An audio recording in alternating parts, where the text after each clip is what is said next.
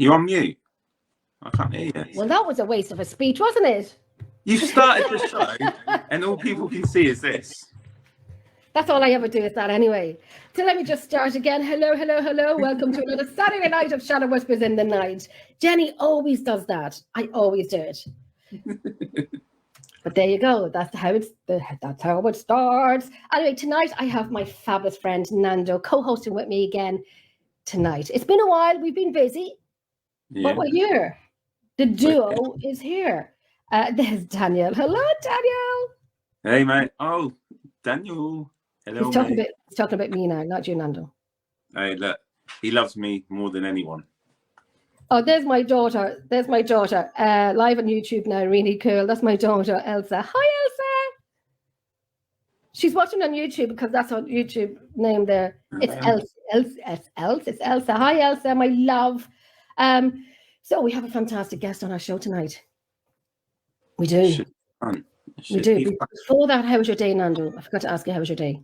Yeah, it was good. We went to the Thai festival today, so that was quite. What's that food? Yeah. There was food. There was food. There was music. There was ladyboys. It was everything. Oh, no. It was fun. So it was really cool. Did you eat the food? Did you have food? I love Thai food. I like talking about food. Yeah, I love my food. So there's definitely food there. There was definitely some food. Yeah, you had a good day? I did. I had a busy day as always. And I set my alarm for 20-minute nap. 20-minute, not even a nap, just lie down and rest. And I set it for 8:20, but I set it at 8:15. So, because I was busy. I was doing work. I was doing rescue work. I'm involved in animal rescue as well. So I'm doing rescue work and I got home at 5 a.m. from an investigation. Because Jenny gets older, but never wiser. Oh, no. You need to start taking it easy as you're getting older. You need to start getting that sleep in, getting that, especially being a lady, if you don't get enough sleep in, that's where horrible things happen. Hold on. So now we've just muted Nando now, so we can just hear him doing like that. So enjoy watching his face because we can't hear him now. What were you saying? I'm only joking. But no, it seems like it's been like forever since we've done a show together. I know, Mr. Banter. I can hear Sarah going out with her slipper because she's watching you and she can hear you. Hey, I'm lucky. She's actually asleep. She's had too much fun today, so now she's like out, so I can say whatever I want without getting into trouble. I'm texting her. Okay. I didn't mean what I said. It was a joke. Moving on. So quick hellos. There's my Louise. Louise is the right-hand woman on my team, Emerald Isle. So there's Miss Louise. She's working hard all day. So she's in her bed now. I think she's in her bed now and having a wee rest. There's my sister from another mister, Chantel from South Africa. I miss you, Chantel, and I hope you're okay. I hope you're well. So enough about us. We have a fantastic guy on tonight. I love his work. I love his audio. I love his videos. I love his locations, because I know some of them. We have PJ O'Sullivan on with us tonight from Púca Vogue Paranormal Investigations, Ireland. We have an Irish man on with us tonight. That'd be cool. Yes, of course. We have a wee bit of banter and a wee bit of crack. We have a normal Irish person on the show tonight, shall we say? Love you. I'm joking. I was pretending to freeze. I didn't. I know. Hey, Anthony, how's you? What's the story with your hand? Okay, so we're gonna stop waffling now. So we're gonna bring PJ in, and PJ is gonna tell us about some fantastic locations in Ireland. His experience is in the paranormal field, and everything else. So we'll bring Anthony in. Not Anthony. Why am I saying Anthony? Because I was looking at Anthony's name there. PJ. Oh, jeez. PJ, what's the story with you? Welcome to Shadow Whispers in the Night, your first night with us. Hi guys, how are you? Well, good. We're great. We're just being silly and bantering away. Thank you so much for being here tonight with us. No, thank you. To be honest, I'm absolutely delighted to be on with you guys tonight. And to be fair, you seem like a good old crew to catch up with in a Saturday night. I'm going to tell you, listen, grab yourself a stiff one. Are we going there? Should we? What did I say earlier? Hi, Kate. What did I say earlier? I text you. You were saying to get a good sniff one. Grab a good sniff one. That's Jennifer running around like a blue ass fly, as we say here. We're going to talk about fantastic locations that you have been to. And I know them and I love them. I don't know all the locations. My cat only starts every time I do live. That's okay. I have a dog who's often the same. Oh, it's Charlie. Hi, Charlie. Want some attention. Charlie, I'm waiting for Toby to start. I mean, there's Mr. Scott. Well, good evening, Scott. Or good afternoon. I think it's good afternoon with Scott. What's the story? How are you keeping, my love? So, PJ, do you want to tell everybody your team, how you started? This is Charlie. Your team, how you started, what got you into the paranormal? Yeah, absolutely. Well, of course, we have to say hello to Charlie first. Let's be fair. Charlie wants to go outside. Look at me. Okay, so I'm a paranormal investigator. I suppose close on 20 years at this stage now. I suppose I'm in the field. For me, where it actually started was myself and a friend. We stayed in a relative's house, and somebody had actually passed there. So 2 separate people, 2 separate minds, woke up and seen the same thing at run across the room. And we actually finished each other's sentence. So I was like jelly shape and he goes person. So that was kind of the first thing I ever seen. And that was quite a young age. I suppose I was in my about 15, 16. So like that, put it to the back of my mind, didn't think much more about it. And years later, it kept coming back into my head. Paranormal, what was it? The questions were there. Nice. And that's then what led me to start getting into the field. Fantastic. And then once you get into it, you can't get out of it. No matter what you do, no matter what you say, you can't get out of it. It's in your blood. I think once it's there, like, as I suppose for me, I had that early experience in life, and I think then it just never leaves you. So once paranormal gets into your blood, it becomes part of you. It's your passion. That's it. I always say when we stay in hotels, sorry, Nando, when we stay in hotels, we like to stay in castle hotels and so on. And at the time, it was like, oh, we're staying in a castle hotel. And now it's not just a hotel anymore. There's more to it because we got involved in it, and we opened up Pandora's box, if you can say that. So when you're packing your suitcase for the weekend, you always put in your recorder and little bits and pieces in when you stay in a castle hotel, because there's always like one special bag, and it always ends up being carried around with you. Yeah, one that snuck into the hotel. And let's be fair, paranormal investigators, none of us travel light, even going on location. We're always packing the car. We're looking for that new thing we can try, because it keeps changing. Yeah. And sometimes even though I find, for me, the basic of an item could actually become a big part of your kit. I know. And you don't have to break the bank. No, absolutely. To get these equipment. And I know everyone is keeping up with these, Boo Bears, and I'm sure people have them. I don't have them. I'm not putting them down, but I'm just saying, it's what, 200 something for a Boo Bear? Something like that, 250. I don't have one, but I always say, get a teddy bear, And the thing is, as well, is your kit. Every ghost hunters or paranormal investigator, your kit grows as you do within the field. Like for me, I suppose, like what I use a lot of is I don't use live DVR systems, because you've a limit. I was saying this, you've limited time in a location. Yeah. I don't want to be wasting it going back. I want to keep moving forward, and I can reveal everything afterwards. And like as I have just Sony Handycam cameras, they were the best for night vision. Yeah. I have the IR lights. So I would run on locations, minimum 4. Sometimes I could go to 5, and also a handheld. So I could end up after an investigation with anything like 50 hours worth of footage to now sit down and review. And as you know, you can't skip forward. You can't ask someone to check it. There's no, because you could literally watch 2 hours or 3 hours or 10 hours and before you find the smallest of a thing. But that small thing is a huge thing to us. Well, that's it. And I know when I was doing audio, and I said, I'll just sit like this for a second and close my eyes just for 5 minutes, just for like 2 minutes. Yeah. And then about an hour later, I've woken up like this on my table, and it takes me 10 minutes because my arms have turned into rigor mortis.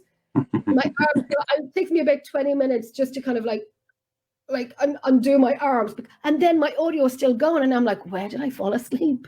So let's go back to the beginning. You can do all over again. But Yeah.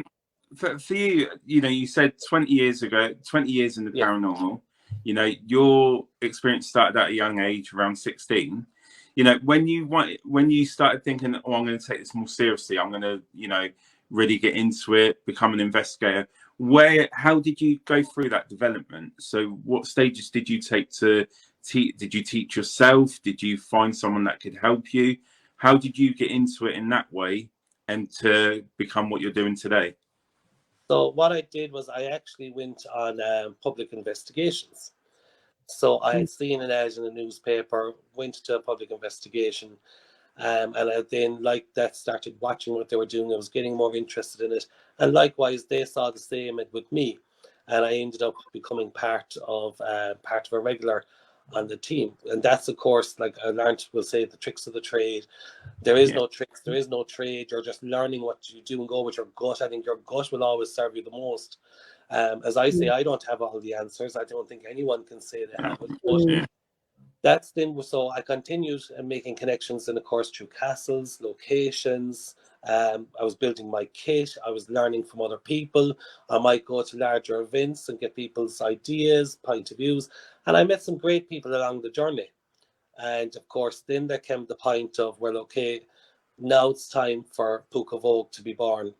And I come from a home where my mom unfortunately was getting unwell, and she would have always had me coming home with the stories. So this was a lady that in the beginning she'd be going the Pookies. She'd be calling them the Pookies, a typical Irish mammy. She'd be like, are you chasing the Pookies again this weekend? And then next thing I'd start showing her bits of clips or letting her listen to bits of audio. And her whole mentality, her whole outlook on it changed. And this was a lady of massive faith. So next thing she was like, come on, you have to get it live. You have to pick a name. You have to do your own one. And she's like, I want to see this before I pass. So like that's where Púca Vogue came from. But then I just launched as, of course, the pandemic hit. So we've been in hiatus over the pandemic. Last year was our first full year, but I'm very blessed as well because my son is a paranormal investigator and he grew up with it. So as I was saying, you'd be cooking at dinner, you'd be sitting at home by night. Most kids get fairy tales. My child got watching paranormal footage. So what a great father am I. I know. No. He was dragged up in paranormal. So needless to say, Leo is a big part of the team. So we're two generations of Vogue. That's fantastic. That is pretty. His partner Eva, she's part of Púca Vogue, and of course then we have Rory and Veronica. So what we have is we now have 5 people. I'm obviously the dinosaur of the group, but it's like old meets new. We try different things. They're eager. They're checking things out, coming up with ideas. So it's a good balance. And it's family. It's all family as well. So that's brilliant.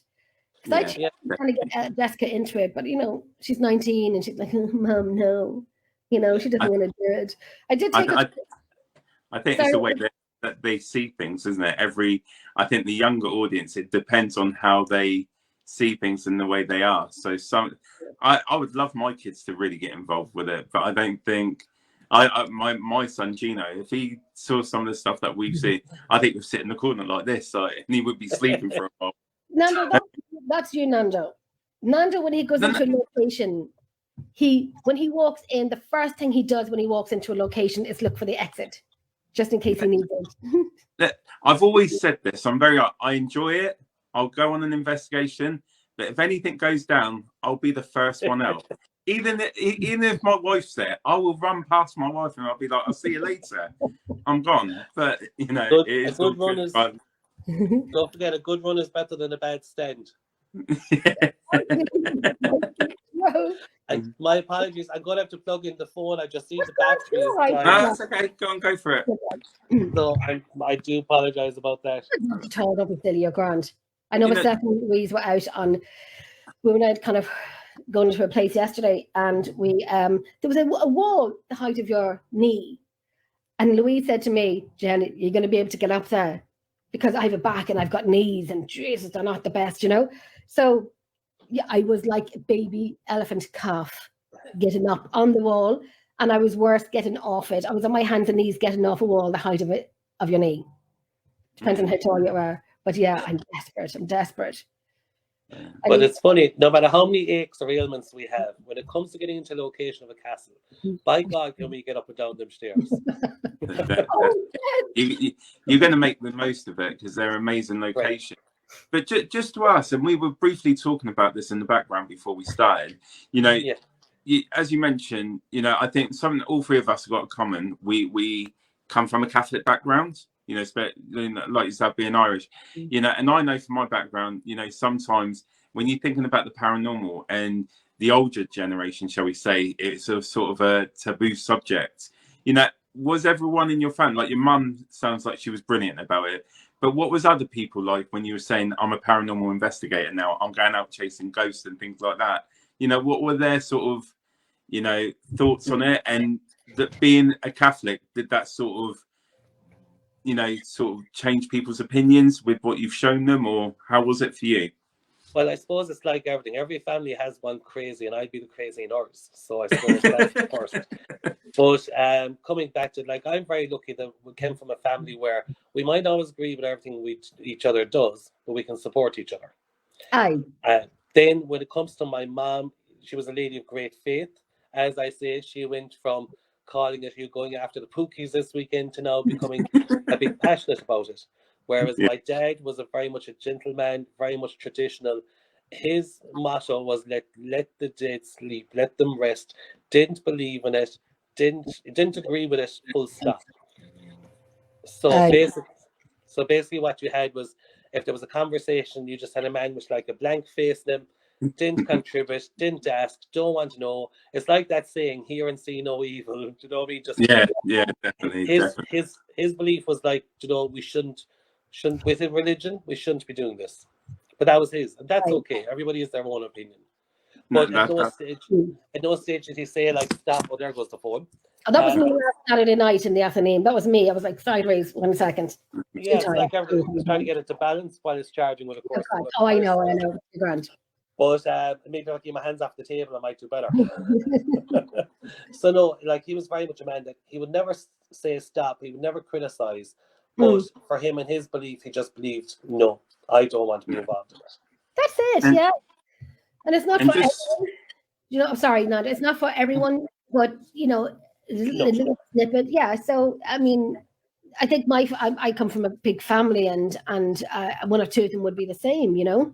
But then when they know what I do, and it's like, oh, that's Jenny. There's always, like you say, there's always one in every family, and I come from a family of 11, and there had to be one, and of all 11, it had to be me. And there is, but it's interesting as well how it goes. Like, I often say to people, like either friends and so forth, and they'll be like, "You're going ghost hunting," and initially when it first starts, they were like, "You're going what? You're doing what?"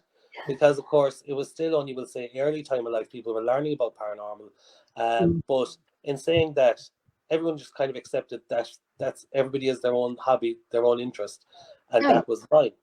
But I say, if you sit down, I say to people, you know what, I invite you to come, sit down, I'll show you some of what I have. You go away and make your own mind up. It's not my place to tell you something is believing or it's not, or right or wrong.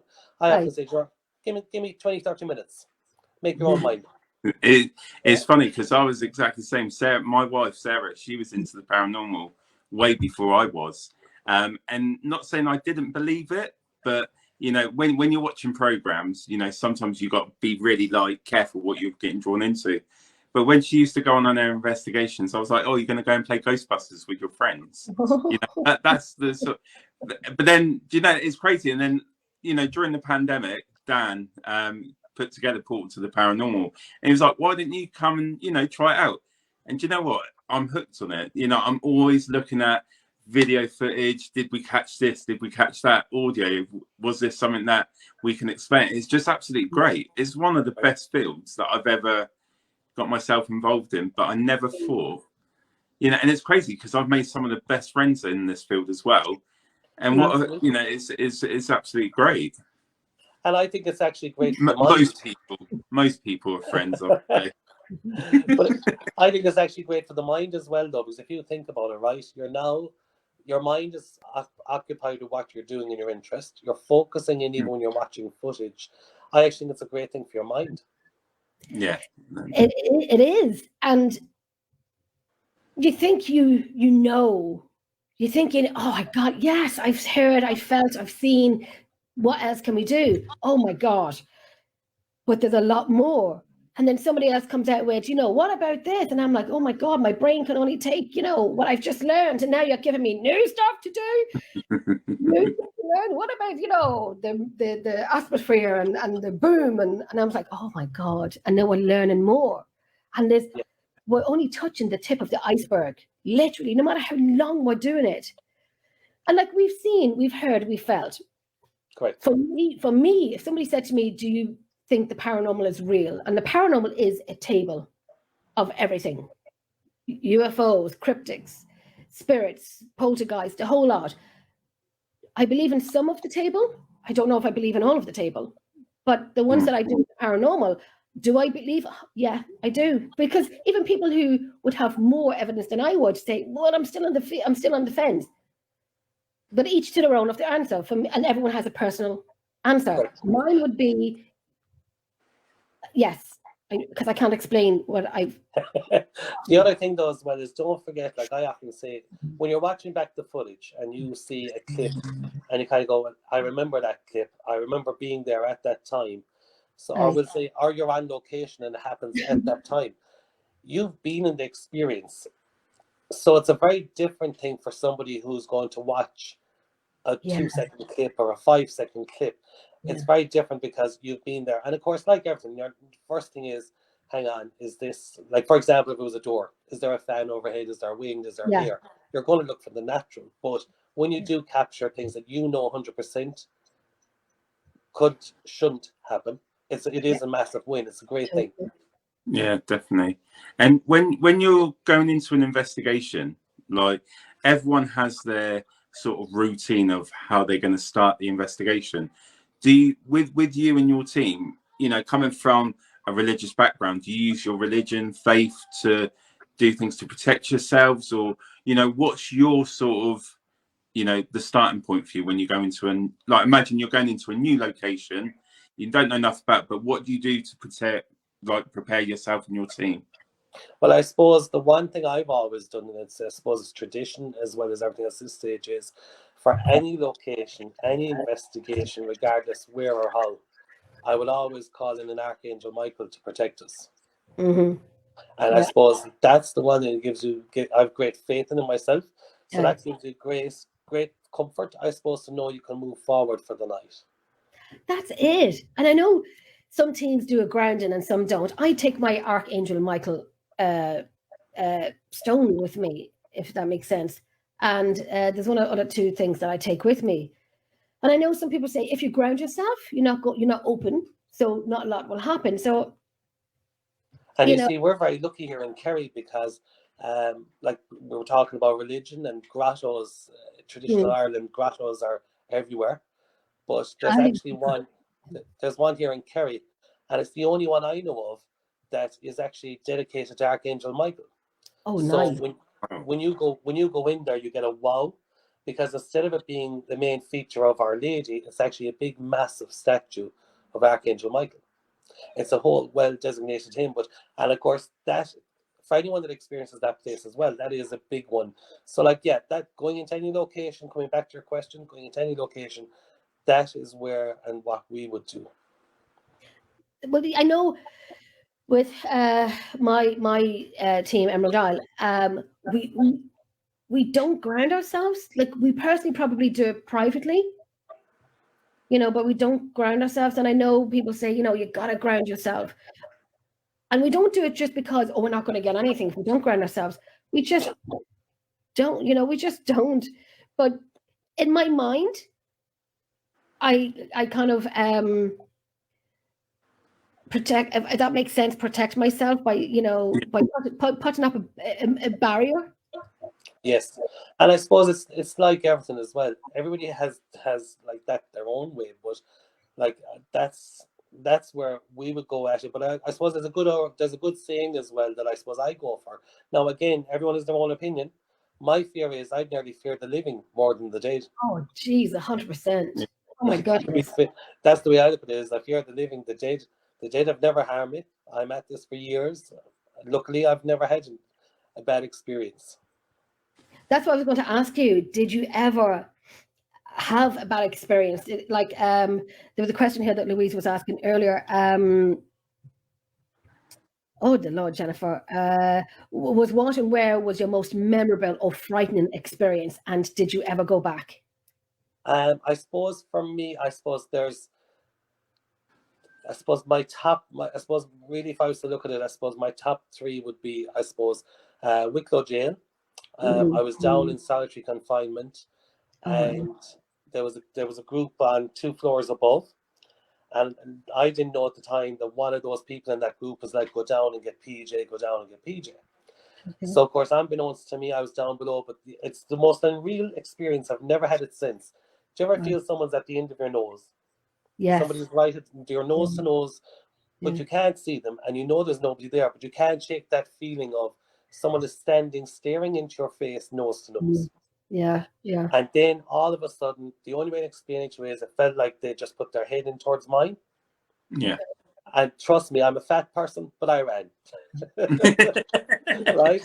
But I know exactly what you're talking about. I get it. And the funny thing is, my cheekbone, because I watched back the camera footage of me running. Did I hit off a wall? Did I bang off the stairs? Because luckily it was well covered. But throughout the rest of the night, on the side of my cheek, you could feel the heat from it.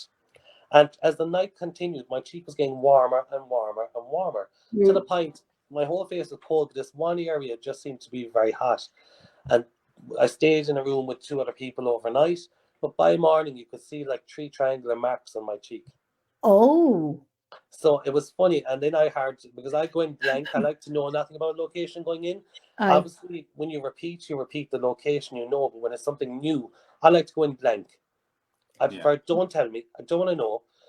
Other people can know, everyone has their own way of investigating. For me, I like to go in blank because there's nothing in my mind. Totally. So of course, then I heard all about Jack the Jailer afterwards. So that was probably one, because to this day I cannot, as I say, I watch back the footage, I can't figure it out. I don't have big sharp nails. I didn't tear my face. I didn't bang off a wall. I didn't hit off the stairs. I can't explain it. So that was one. Then I suppose another one was in a private location. And this house, first time we did it, we thought nothing. 0, nothing, never go back until we watched the footage. But on a second occasion, we set up the cameras. It's like a Georgian house in Dublin where, you know, underneath the street is like a level. Yes. Yeah. Like a basement level. Yep. So we'd set up the cameras to cover the 3 levels. We were doing a final check before we took a break before starting in. And going up the stairs, there was a friend of mine gone maybe a couple of steps ahead, decided to stop, look at me, and run a couple of steps. And I was like, what's after happening here? And then she burst laughing. She thought it was hilarious that she caught me off guard. But as we were on the stairs, and we were about 2 to 3 steps apart, right behind me on the step, it was just like somebody jumped into the air and banged with both feet on the step. Now, the back door was sealed. The front door was locked. Everybody else was in the main room up in the stairs. So I knew there could be nobody and should be nobody behind me.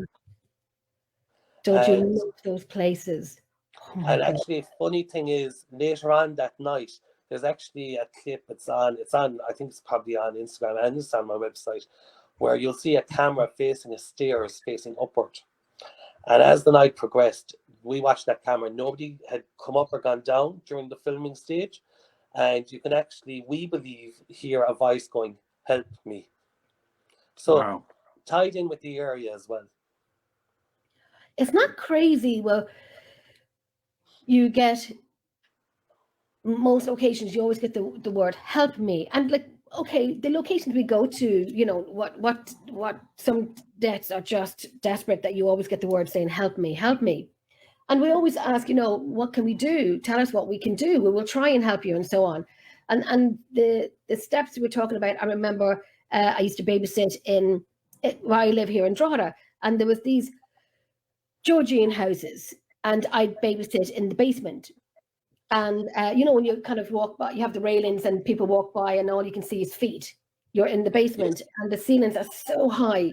And I remember sitting there in the rocking chair or playing a computer game or whatever, and I heard this whistling just right beside me, my left side, just whistling 3 tones of a whistle. And I spent about 2-3 hours in the children's bedroom until the parents got home. But Yeah, it is like I often say it's funny the way things happen. Like actually recently there now we did a private house, and it's funny actually. It's the same house I had my first experience in, and wow. on the clip, because the typical pattern is movement upstairs, like footsteps, which you can hear from downstairs. Then you can hear the footsteps go out to the stairs, down 2 steps, back up 2 steps, and on the hallway and back in. That's like the usual pattern. It's like it's pure residual, usual pattern. Aye. So we were doing it. It was, I suppose, maybe only about 2-3 weeks ago. Again, and actually that clip is up there. But on the stairs, you could see the shadow outside the door. We were all in the room. You could see the shadow on the stairs, like as if it's looking in, ready to come in. And at the same time, the cat's ball, the motion ball, went off on the stairs as well. So I had a camera at the end of the stairs facing up, and obviously you can see nobody is there. But of course, we had the personal experience on the other side, being able to see the shadow. So much so that actually Veronica on the team was like, "Oh, she got very unsettled and moved to a different part from looking at it." So it's interesting. Like you're talking, what, 20? Definitely, what, that was about 15. You're talking nearly another 20 years later. Do you know what I mean? More. Wow. And the activity is still there. When you're talking about activity, and a lot of people, you know, will say the same, you know, when things like this happen, like the loud bangs and movements of objects, and I think partly this is the TV world that brings it, but they're very quick to refer to it as something demonic, you know. Now, you know, I've got my beliefs with when it comes to the word demonic, and I'm sure Jenny has, but your thoughts on a demonic entity, you know, when you go into a location, when something makes a loud bang or something happens that is quite unsettling, would you say that's something demonic, or could that just be something as simple as a spirit's pissed off that you're in their space and they just want you to leave, you know? Yeah, to be honest, I would be very much on that. I would never take it as in maybe they want us to go. Obviously, if you're getting something that's uneasy, you might ask the question of, do they want us to leave this area? But you don't want to shut down your investigation for the night either, do you know? But I don't buy into straight away something's demonic, because I have to say it must take a lot of energy. If we look at things we've seen or heard over our span of paranormal investigations, something that would take a lot of energy could happen, and then something that might take a small amount of energy. But no, coming back to demonic, I don't really buy into the 100%. But in saying that, I will say there was one round doing Lep Castle in the corridor. Yeah, and there was myself and 2 lady guests. We had a dictaphone on, the camera was on, the K2 was going off in the part of the corridor, but just got this smell of rotting. It was pure rotting smell. It came out of nowhere, lasted maybe, I suppose, it felt like a while, but it was probably only a minute, because of course you're in darkness and you're investigating. And then we did capture an EVP on the dictaphone of a totally different voice on the investigation. So I found, and it was quite, do you ever get that feeling, now I've pushed too far, and now I'm in the wrong space? That's the only time I'm considering the history there. Yeah. That's probably the closest I probably felt, because I actually had a guest one time, a lady guest who was actually from the UK, and even in the chapel above, in parts of the castle, she just kept feeling sick. And once she was removed and back down to the ground floor, perfect. Is it the corridor? Is the corridor on the first floor? Do you know the way we'll say you have the ground floor, and then you have, we'll say, the next floor up. There's a small corridor off the stairs. There's like one more door up around. Oh, I do know it. Yeah, it's quite a small space. I've been in it. Yeah, I've been in it. Very good. Audio that we didn't hear at the time, but very intelligent. Correct. And that's the only, I suppose, if you said to me out of them all, that's the one where I kind of went, it's different. You just knew it. Yeah. I did it that one time, and it was intelligent. We had the cultist box on. We were talking among ourselves. I think one of the girls was doing a math up in our head, and the answer came through the cultist box, but we didn't hear it. We just heard it on the recorder when I was doing the audio work, and the answer of the math was given to you. Yeah, and actually, I even had a camera move inside there on the tripod, so it was secured on the ground. It's a wooden floor; it was flat. Yeah, You're talking 10 hours, no movement, yeah, and you can actually see the camera gets moved in one stage in that area. yeah. I do know it. So it's now I find that area is hit or miss, but that's the one I felt. Okay, this is where I feel it. Oh my gosh.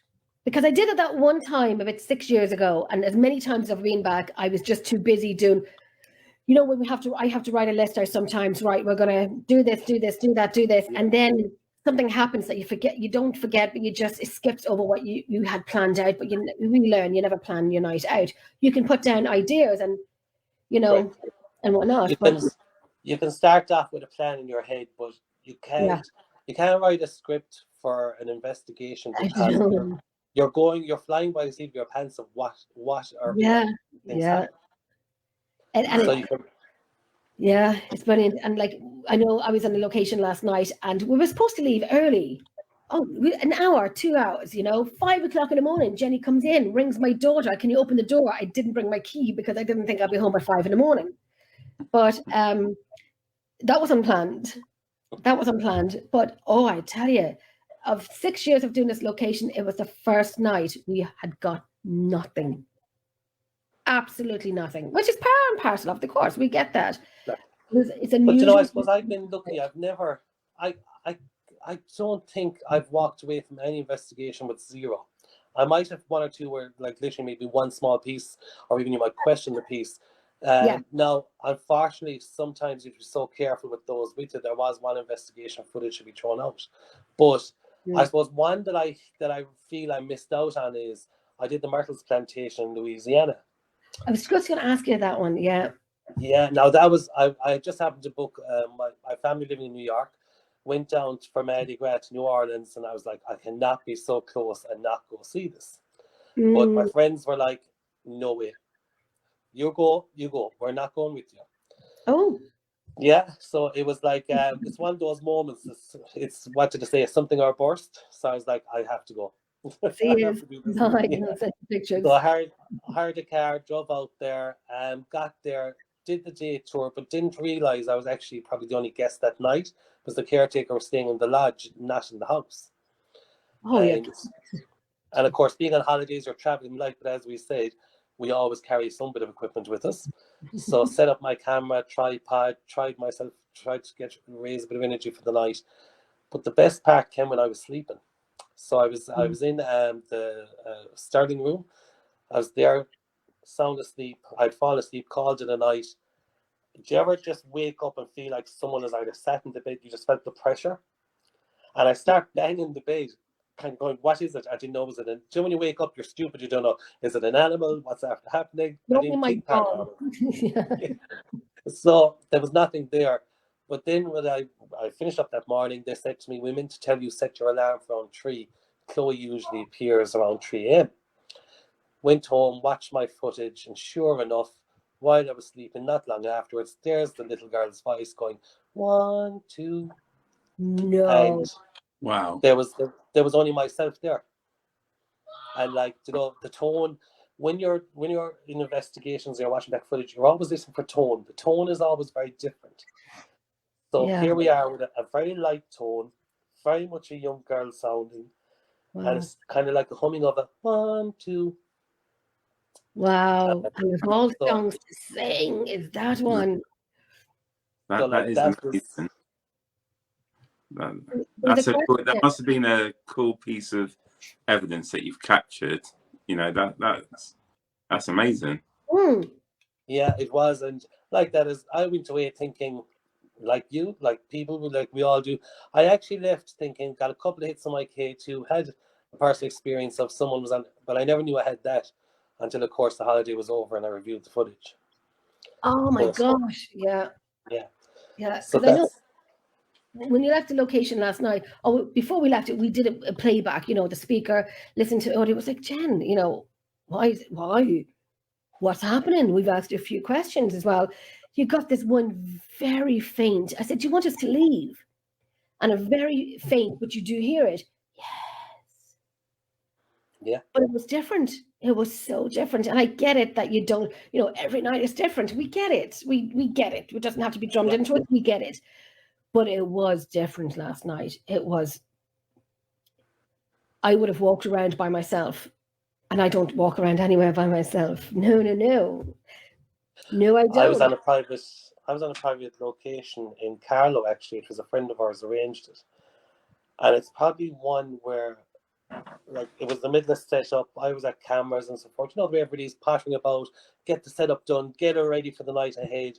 Yeah. You just want to get into it. And all the same house, because the doors were open, there's no furniture, and it was a period house, so it echoed, and all you could hear was like a female scream.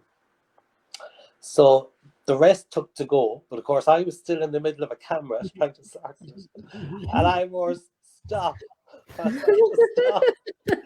they all just froze like a camera, or just like Joe statues. And I was like, but that was another good one. And of course, we got a great EVP there as well. But it was one that we heard with our ears. It was a great personal experience. DVP, I tell you, DVP. And especially if you get it and you hear it, and then you have it on audio. Yes. It's perfect. Very quickly, I remember one night I was sitting here, my couch was back there a few years ago. My children weren't here, so Mama had a little gin and tonic, and I said, Billy Big Balls, let's take out the recorder. And I did. I even have a recorder in my handbag just in case. And I'm like, I know you. I know you're here. I've seen you. I've heard you. I know you're here. Blah, blah, blah, blah, blah. And then I heard my name, Jenny. And I was like, did you say something? Did you try and say something? I still have that audio. And so it was a DVP along with the EVP. I was never so quickly by saying sorry, and I went to bed. But I think I know who it is. And because I'm talking about it and I have a bad smell, I think it's just my dog who farted. But for a second. Sorry. That's the joys of animals. I have 4 dogs, I tell you. I mean, it's like butane, for Christ's sake. But your animals can be a great scent as well, of course. Listen, my 4 dogs are just spoiled and just think we don't have to act like dogs because mommy will do everything for us. And only if I could hand feed them, they would expect me to hand feed them.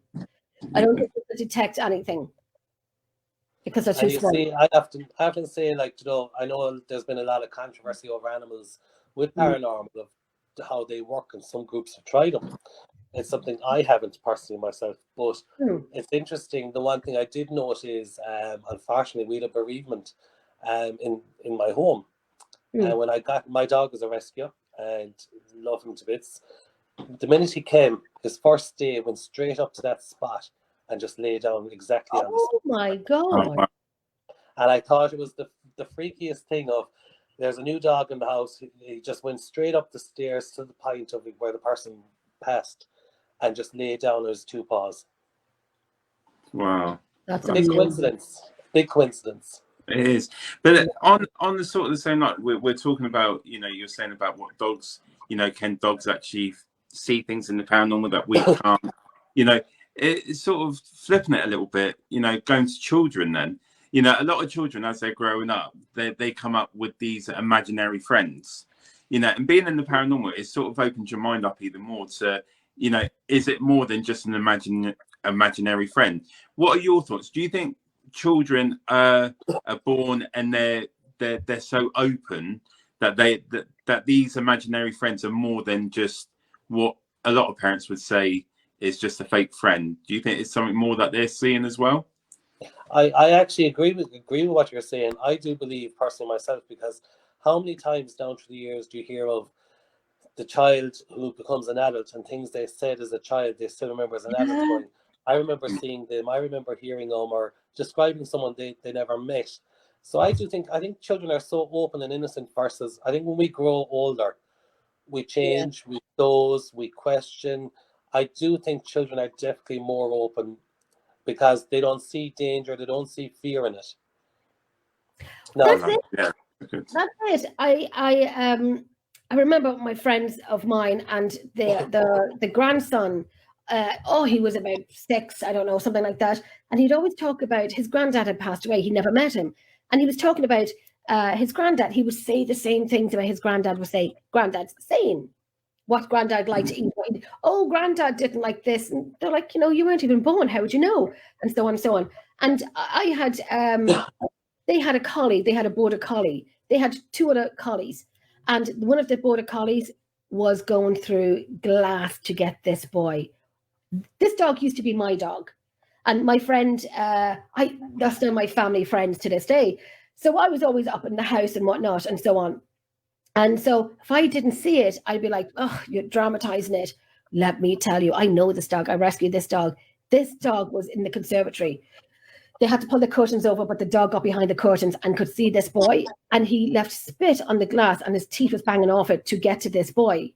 And I'm like, Blue, stop. And I work with animals, so I know the change of behavior. And I'm like, Blue, what the frick is going on? And I'm like looking at the boy and I'm looking at Blue and I'm like, oh my God, down, boy, down. And that's to the boy, not my dog. And so when Blue got out of the conservatory, he beelined for this boy and bit him on the leg. Not a bad bite, but just like he kind of underneath, bruising underneath the skin. So I was like, oh my God. So anyway, when the boy was leaving and so on, and I can't say what I was thinking. Yeah, probably, no, I'm not going to say what I thought. My dog is going to But when the boy was leaving and he was saying goodbye to everyone, I was saying, bye. He goes, bye, Jenny. See you in heaven. Well, I'm glad he didn't say hell. It's still too early to say that just yet. He goes, bye, Jenny. See you in heaven. And I'm like, what? Bye. Out the door. Close the door. Lock the door. Now he has no idea about any of those things at all. It's like he's a totally different person. He's now in his 20s. But my God, did he have that when he was younger. And my dog wanted him. My dog wanted him badly. So I don't know what it was or why it was. We would say dogs, animals senses something. It couldn't have been a bad one. They do say this. Like it's, and it is. It's. I suppose it's something that there's not enough research done into. I suppose really as well. Again, it's Natalie. Each their own. Everyone has their own way. That's Natalie saying. Yeah, that's it. Natalie saying, children's eyes, their retina, as we get older, gets thicker too, so we see less. My Specsavers told me that, and I said, my glasses are not working. She goes, Jenny, who old are you? What's your date of birth? And I told her, and she goes, oh, it's just because you're getting older. So yeah, your retina does get thicker as you get older, and we see less, which is one thing. As I'm getting older, there's a lot of me getting thicker. Me too. These glasses are on me, and everything is thicker. Thank God the camera's just from the. It's interesting actually because one thing I went through a stage because I'm deaf in one ear, so I had a hearing aid for quite a long time. Hi. Now I gave up wearing the hearing aid because I actually broke it on a night out drinking.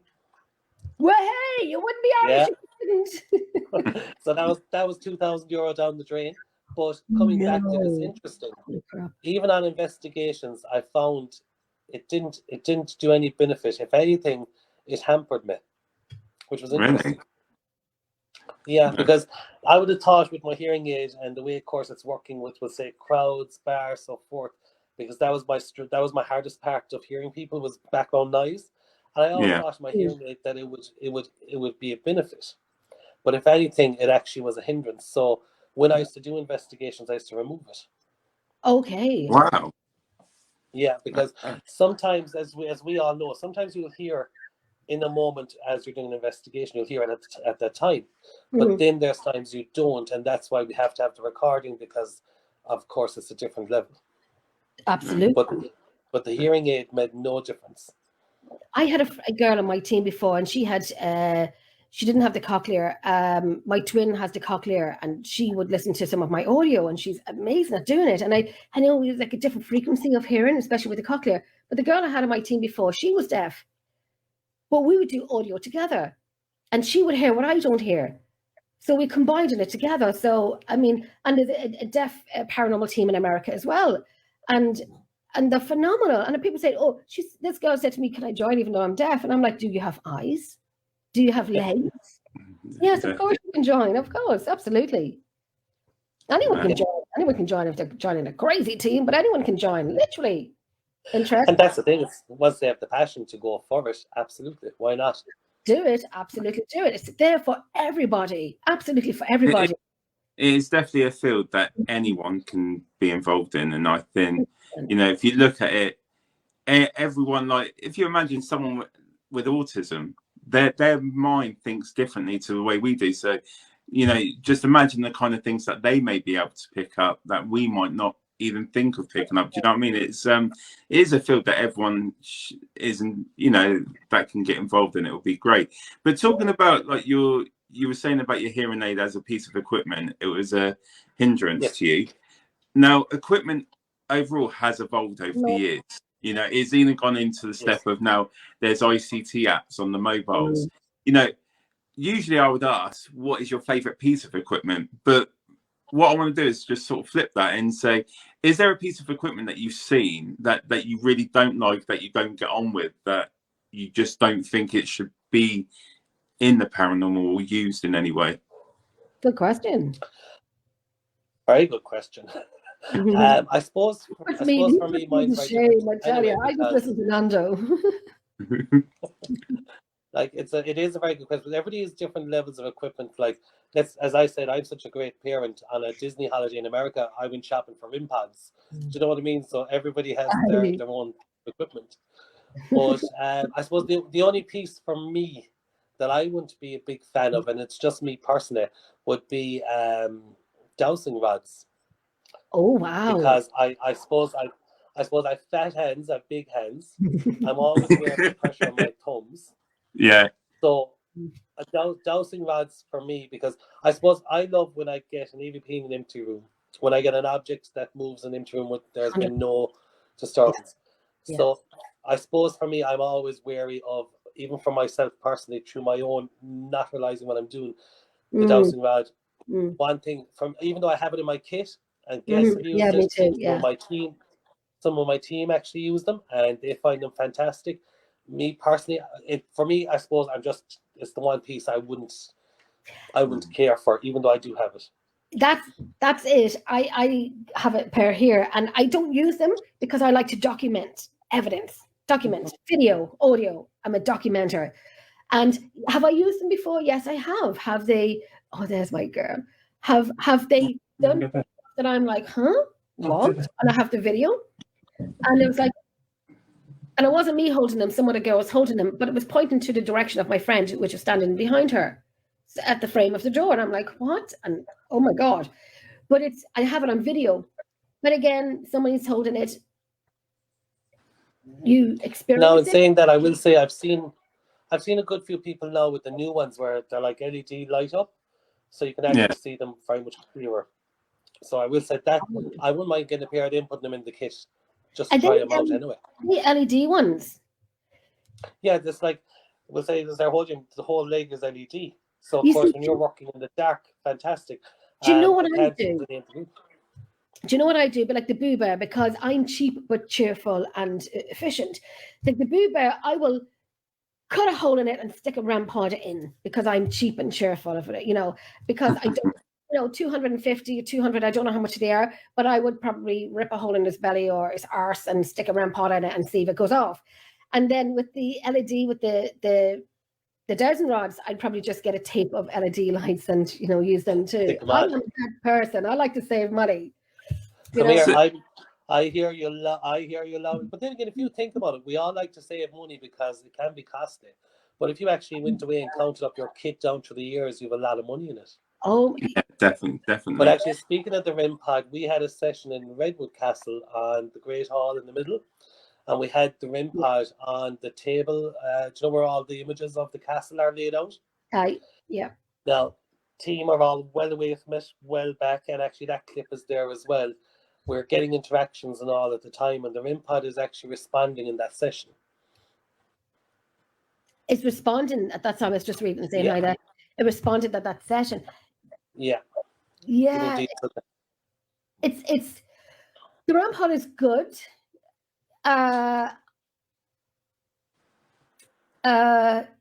Sometimes there was only one time that I was like, oh my God, you know, and I was doing a live on it. And sometimes it's good to catch a live on it. And it kind of was about a year ago, I think 2 years ago, but it was like, oh my gosh, it kind of made me go once or twice that I was thinking, you know, okay, but I'm very much video and audio. There is a question up here that I want to get to you quickly. It is from Natalie. Have you ever been to the Athenaeum in Enniscorthy? No, I haven't. God. Well, I'll have to go there. We were there last week. We were there last Saturday night.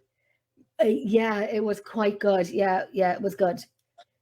We have video footage when we're sleeping up on the stage and we were asleep. So there's a lot of things going on. But that will be put up due course when we have it together. Louise, God bless Louise, she does the videos for the YouTube. Thank you, Louise. Because I'm kind of like, I'm just here to look pretty. And, you know, and show up. Sorry, Louise, I'm joking. And you're doing a great job at it. Thanks very much. Just to go back then, you were talking about the dowsing rods that you're worried about, you know, the physical contact that we have, we can subconsciously, without realizing we're moving it ourselves. Do you think that would be the same sort of, you know, thing with like the spirit board or the Ouija board? You know, we're using our hands. Now, some people say that people that are using the Ouija board are moving the planchette, but it's because there's something making us move it, you know, or is it just someone, they're just choosing to move it to where they want to go with it? What's your thoughts with that? Well, I suppose first and foremost anyway is you'd really want to know who you're doing it with. Like if you were to enter a location or you were to join up with people or you had guests on it, you need to be able to trust everyone that's involved in that circle, because you could have that one person that might be taking it as serious as someone else. Do you know what I mean? Yeah. So I think trust would be a huge one on the board. I never look like as if I have trust issues, but to be clear, I do think that you would want to know who's on the other side, because like that, again, it is a case of it's 50-50, half one, half the other. But I think the biggest thing is the people who are doing it.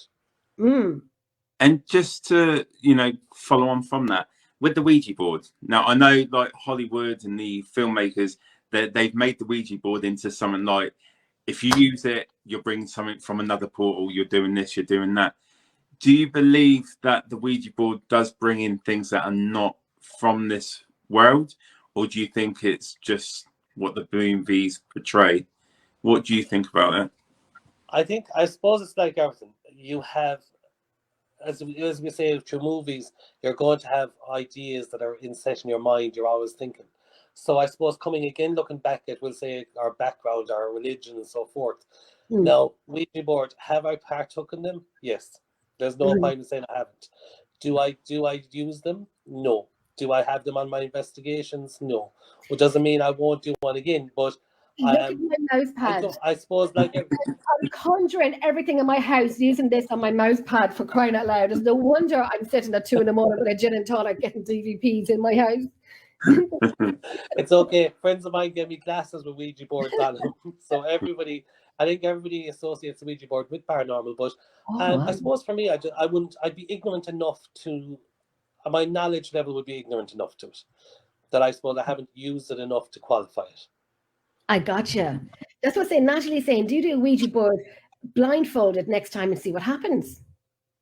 Yes, and you see, I love when that's the one thing with me I love is like that. An empty room, objects moving, or an empty room, your EVP. But again, like that, blindfolded, or we'll say writing with your left hand blindfolded. I do like when there's an element of taking it away from your perception of what you see and how you're doing it. Like, I do like we've often done with, say, the blindfolded left hand. So I do think, take away an element of subconscious. You know? Yeah, no, definitely. Quite interesting. Even though, like you, PJ, I have done the Ouija board, but not on location. I've done it back in the day, and back in the day, you know, and the only thing I worried about, because we were teenagers, whether we seen the Gardaí pulling up with the spotlight on us on an empty school, and we ran, and the only thing was, did someone break the glass? No one did. So we were all like the next morning in this grass up to our necks, looking for this glass to break it. So my friend said, "Yeah, I will tell you. Didn't. I will tell you a story though that, and look, people can take it with a pinch of salt. It's not for me to say, make anyone believe, but a lot of people close to me know this story, and it's always something that stuck with me as well. There's an abandoned asylum in Ireland, and I was very lucky to have been given access to it for a good walkabout, go through the history, even to the mortuary part of it, every part of it. Now, as we were going around, there was a lot of broken glass, and I had a piece in my hand while we were talking. Don't ask me why or how. I ended up putting it in my pocket. Okay. And never thought no more about it. And next thing, every night, I started having these mad nightmares of I was at a window trying to break out through the window. And it was continuing every night. I said, what's drawing this? And do you ever get a flashback? And he said, that bloody piece of glass. And I actually, it was the only thing, but it spooked me. I took it to a cemetery, actually. And I just left it there, said a prayer and so forth. Never to this day have I had that nightmare again. So would you class it as a form of an attachment that you had then for that period of time? I don't know what, I'm putting it down to the glass is what I'm putting it down to, because it was only like a tiny piece. So when you catch something that's like a piece of paper, whatever, you're walking around, you're sticking in your pocket, you know, thinking you'll throw it in the bin shortly. Yeah. Obviously brought it. Yeah. Could that piece of glass had something attached to it, and because you've taken it, attached onto you, and the way it was, like, say the spirit was communicating for you through your sleep then, and were you dreaming what the bad dreams of what they've experienced then until you parted with that glass? You know, could that have been what's happened with you? Yeah, it's about the only one I can't really explain subconsciously or not. But see, that's why I say that's why we're paranormal investigators. We're all the time investigating to see if we can get the answers or if we can get more. And we think no, and when someone said to me, my friend Tracy said to me, and she was mind messing with me, but her question was genuine. And then, because you think you have it figured, you think you have a little bit figured. Oh, well, next page, let's move on to the next one. We have this one figured out. Oh, no, the page went back to the beginning because she said, Jenny, what happens if we're the ones who's dead? And they're the ones alive. Well, we're investigating the alive people. But we're the ones who've moved on. And I say, Tracy, my brain can't even process that right now. You know, no. But you know, I was just thinking there while you were talking, it just brought me back a bit to your question about attachment, actually. Last November, I think it was, I went to Canada and Vegas. And I actually went to Zach Bagans' Haunted Museum. Wow. Okay. Now, oh my God, I want to say it the right way, respectfully. While there's amazing things to see, obviously there's a lot of tragedy for people's lives. I'm trying to be very PC in what I say. Yeah. But the person that came with me is not a paranormal investigator, but luckily enough, they came along. And after being in there, they did not sleep for nearly a month. They had a month of very nightmares after being in there. But of course, there's a lot of things in that museum. Like you have the debunk box. There's an awful lot of things there. And actually, there was even one part by Dr. Zvonian's death fan. I even could swear to I got touched. Yeah. I felt just like a tap on the hand. There's a lot of heavy energy, negative energy in that museum. I know a girl that went as well, and she said she was shaken after it. Yeah, and like it's not a walkabout museum. Well, I don't know if I do. Would you do it, Nando?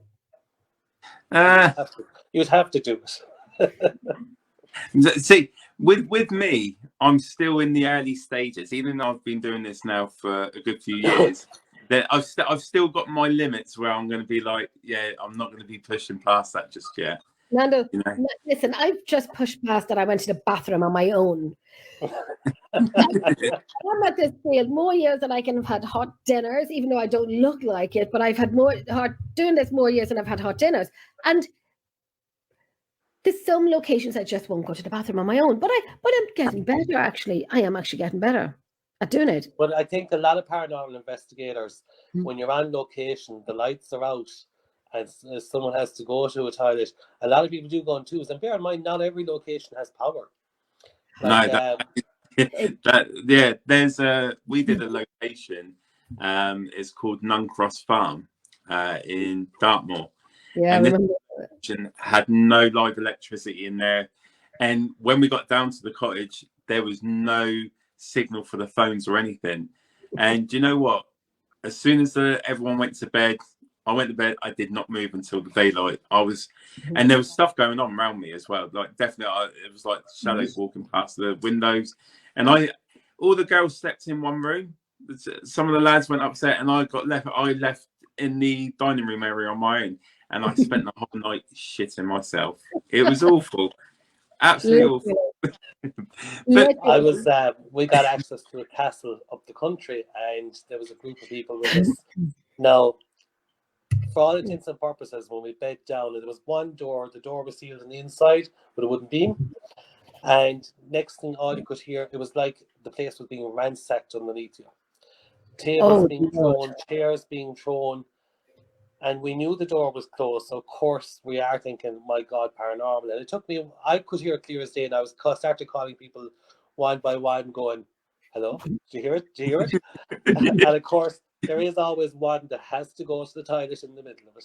There's always one. No. So I said, right, I'll go with you on condition that after you've been to the bathroom, we're now going to go and check to see what this is. Yeah. The noises stopped. There wasn't one thing out of place. Nothing. Wow. Nothing.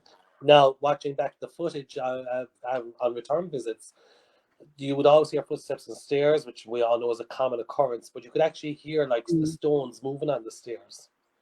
So that was, of course, a good one. But I had a wildlife camera, and you know the way there's 3 sensors on the screen, there's 3 sensors. Yeah. I have one. Yeah. One to the side and one to the center. Yeah. Now I had it at the end of a battlement. There was a long corridor leading to the battlement, right? Now, you would have to come in that corridor because there's no exit door behind the camera. You'd have to come in full view, walk down this to turn the camera to move it. The camera is taking photographs. There is nobody in any of the photographs. And the camera goes from facing down the hallway to turned in facing the wall. Oh, wow. And I often say, how did that camera face the wall, but yet nobody was in the pictures leading up to that moment? I find those trail cameras, I have one too. And, you know, it's a piece of equipment that gets abandoned sometimes because I kind of like... Because I haven't had much luck with it since. Like, it's hit or miss. Well, I was going, like, my friend was saying to me, Jen, I've got like 100 pictures on my trail camera and I've never gone through it. So I went through them and there's figures in it and whatnot. And I said, oh, let me have a wee look at mine. There's over 1,700 pictures on my trail camera that I've used that I've never looked at. So I said, right, because I don't have enough audio and video footage to go through, let's add another 1,700 pictures on a trail camera to go through. Half them could be me going, you know, those fucking images when you're kind of looking, you know, you're looking at the camera and it's like, is it working? And then you have your blur up and your arse looking face and the camera, you know, there's probably about 700 of them of my face doing that. But the rest of it, I don't know. So that's one piece of equipment that is coming back out to say, okay, let's pay this one more attention. Yeah, because I've been using it, I suppose, definitely maybe 5-6 years, give or take. 3 occasions it's worked for me, as in that was one. A second was actually in Leap Castle, in the second floor. Third thing was actually in that private house that I was talking about, the helpmate. The ceilings of Georgian House in Dublin way higher than standard. Yeah. Two pictures. There was several taken, but in 2 pictures, one after another, it's like something dark and black was coming over a bed where there was 2 ladies sleeping, It's in 2 frames. Now, judging the height of the door to the height of the shadow, it's really high. It's up there, and it nearly even looks like this. I know it's not, but it nearly looks like, do you know that scythe that Jet I'm uses? just going to go and sort the dog out quickly. Sorry, she's Yeah, barking. okay. Yeah, go for it. That has to be done. The dog, yeah. Lucy, little Lucy. So what were you saying about there was what did it look like? Yeah, so it looked like, do you know Jet, the way they have the scythe? Or Yes. whatever Yeah, the sieve. it looked like that. Yeah. Not the It looked sieve. like that coming over them. I probably have the wrong word for it. I can't think of it. I don't know if anyone knows it, because I know the one is like, it's like, I won't say it's like useful. It's used for cutting wheat or something like that. You know what I'm talking about? Yeah, but it's like everything. Equipment varies. Like, for example, Redwood, that you know as well, Aye. you've been there a lot. We had walkie-talkie on the middle floor. Aye. We were up on the top floor. Everybody in the same room. Now, you have to push the button hard at the side of my walkie-talkies to speak through them. And obviously, the minute you push the button, it does that ring through. Yeah. Did you? So, Yeah. yeah. So again, the walkie rang through. Sorry. But there was nobody in that room. Did you get that? Yeah. Because we tried to do that, and we have baby monitors. Oh, that's the one it's called now. The Sick. Is that what it's called? The Sick? No, I might probably saying it wrong. That's the name of it. Sith. The Sith. Yeah, like the Grim Reaper, what he carries, his tool, like his like. I know we all carry equipment with us. The Grim Reaper, that's the one. Yeah, Nando. You know, like a long stick and it's kind of like. Yeah, I'm trying to think what he's. I can't even say it. So, between the 3 of us, I think we've all been caught up in that one. Well, do you know what? You had got us there now. we're all just thinking of that one word. We know what it is, but it's trying to get that one word out. Good old Google. And just. And actually, a question. Oh, sorry, my apologies. You go ahead. You go ahead. Come here. I haven't shut up since I started. Listen, that's good. That's the whole point.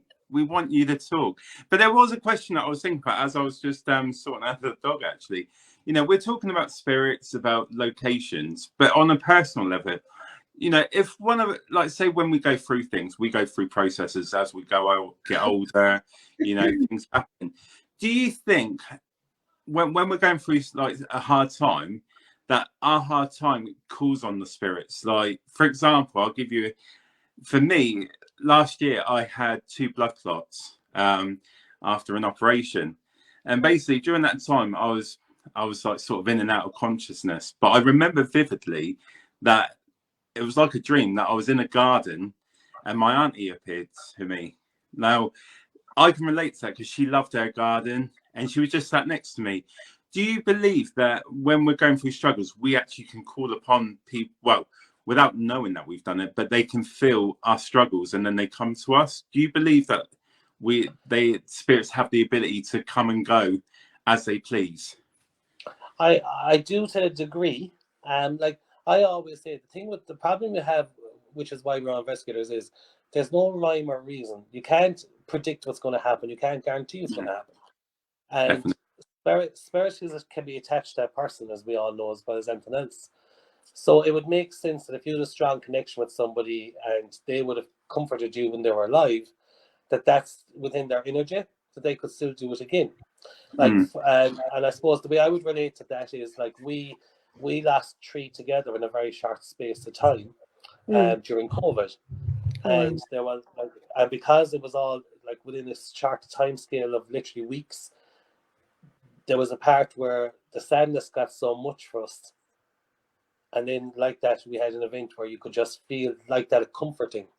Yeah. But I also remember as well, there was an elderly lady when I was very young, and after she had passed, I don't know, was it subconscious dreaming or was it just thinking?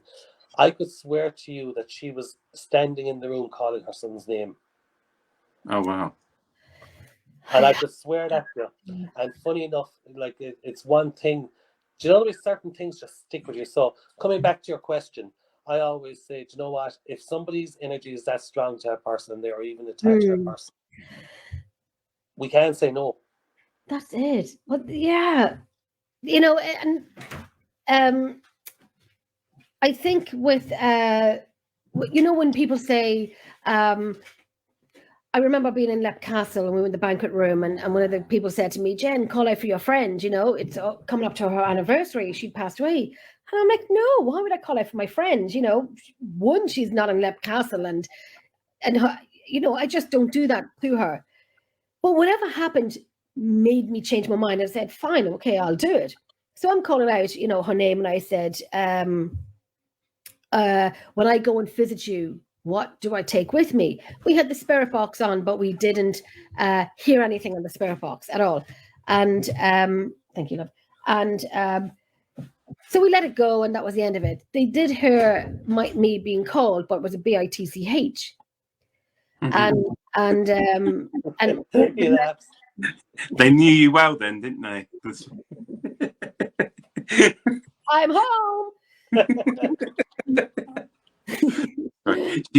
I'll tell you what, she's gonna have a go at me after the show. You watch. Nando, I have written everything you said to her. I'm sure she'll listen to that. I'd say now between the pair of you are well able for each other. Oh, you have no idea. No idea, literally. So yeah, what was I? Yeah, so anyway, I was called a BITCH. So the person said, hey, you know, did you call Jenny a BH? Can you call her that again?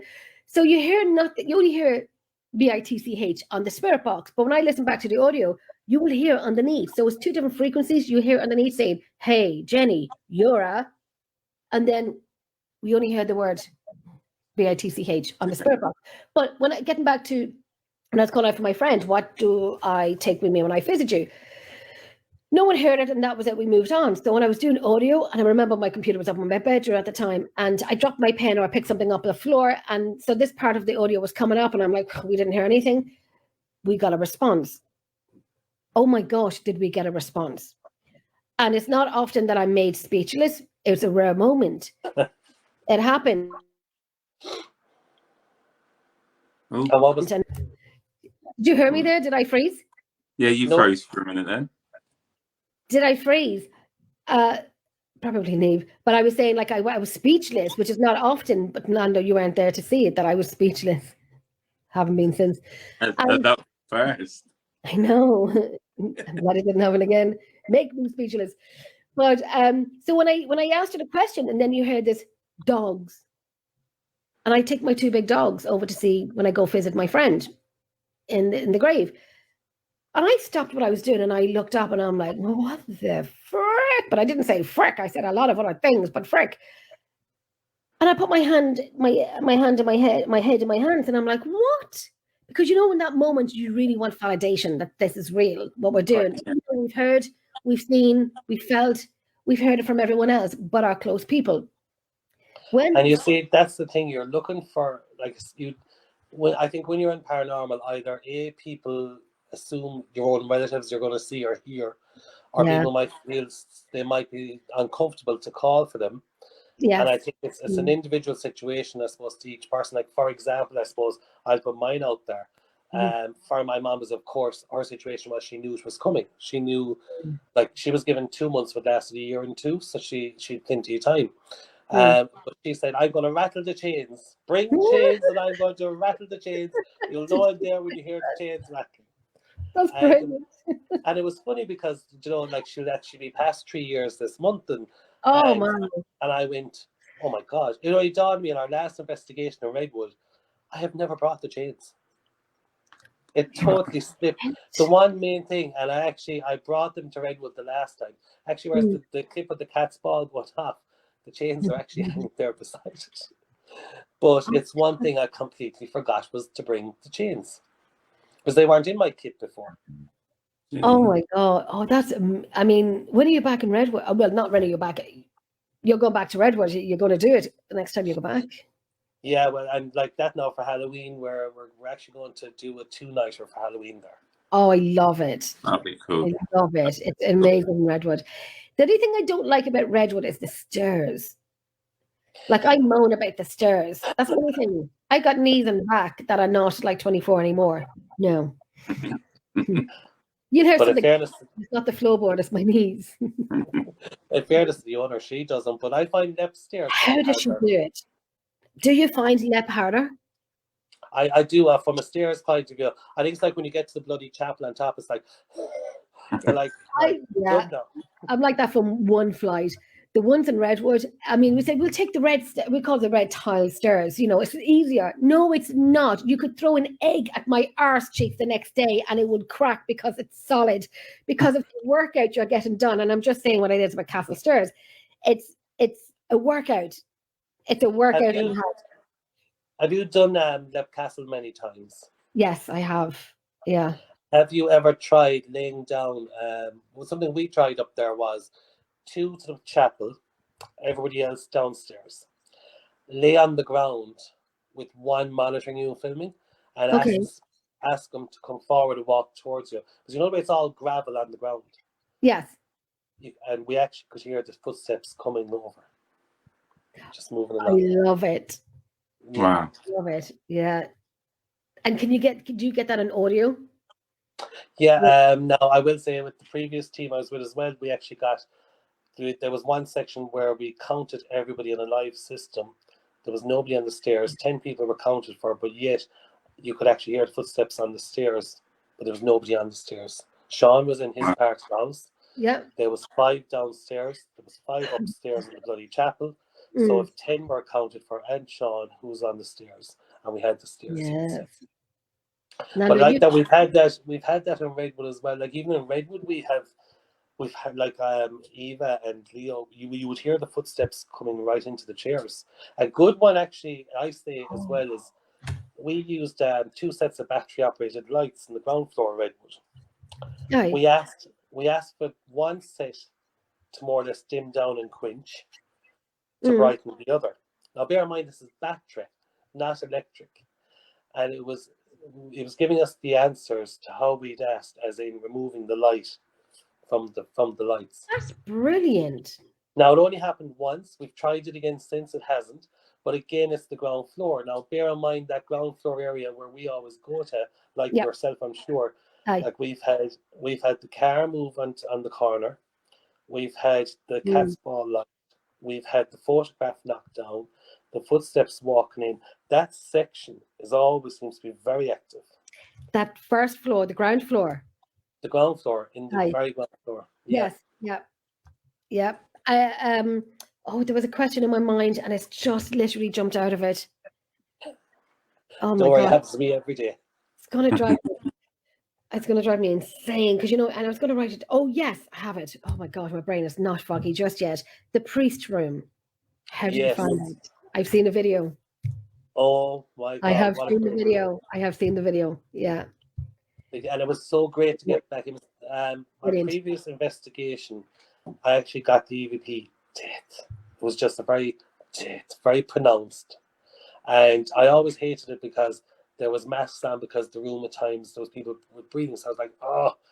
But the last time we were there, as me and you were talking about the priest room, and I was like, don't tell me, because that's how I was like, don't tell me. Didn't say anything until you had finished it. Yeah, until you did a thing. Yeah. Yeah, and like absolutely, what a room, and what a capture you got. Wasn't that just?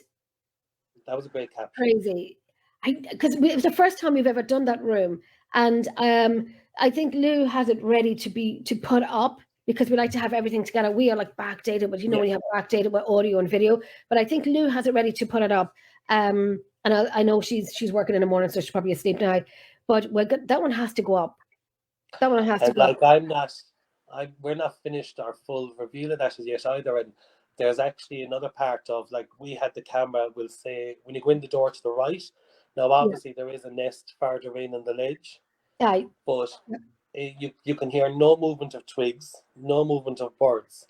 Now I can see it watching a big screen. I don't know how it would portray somebody looking at a mobile phone, but the camera gets clicked at one stage while we're getting other stuff in the room, and you can actually see it jump up and down in the frame. Could you see that? This is in the priest room? In the priest room. Is that your first time doing that room? No, I had done it before. And it's my first time doing it now in a long time. It had Aye. been closed. Yes, But, yeah, it was our first time doing it, yeah. But like that, I'd done it the last time I'd been in there was with a previous group like that. We got the jets inside there.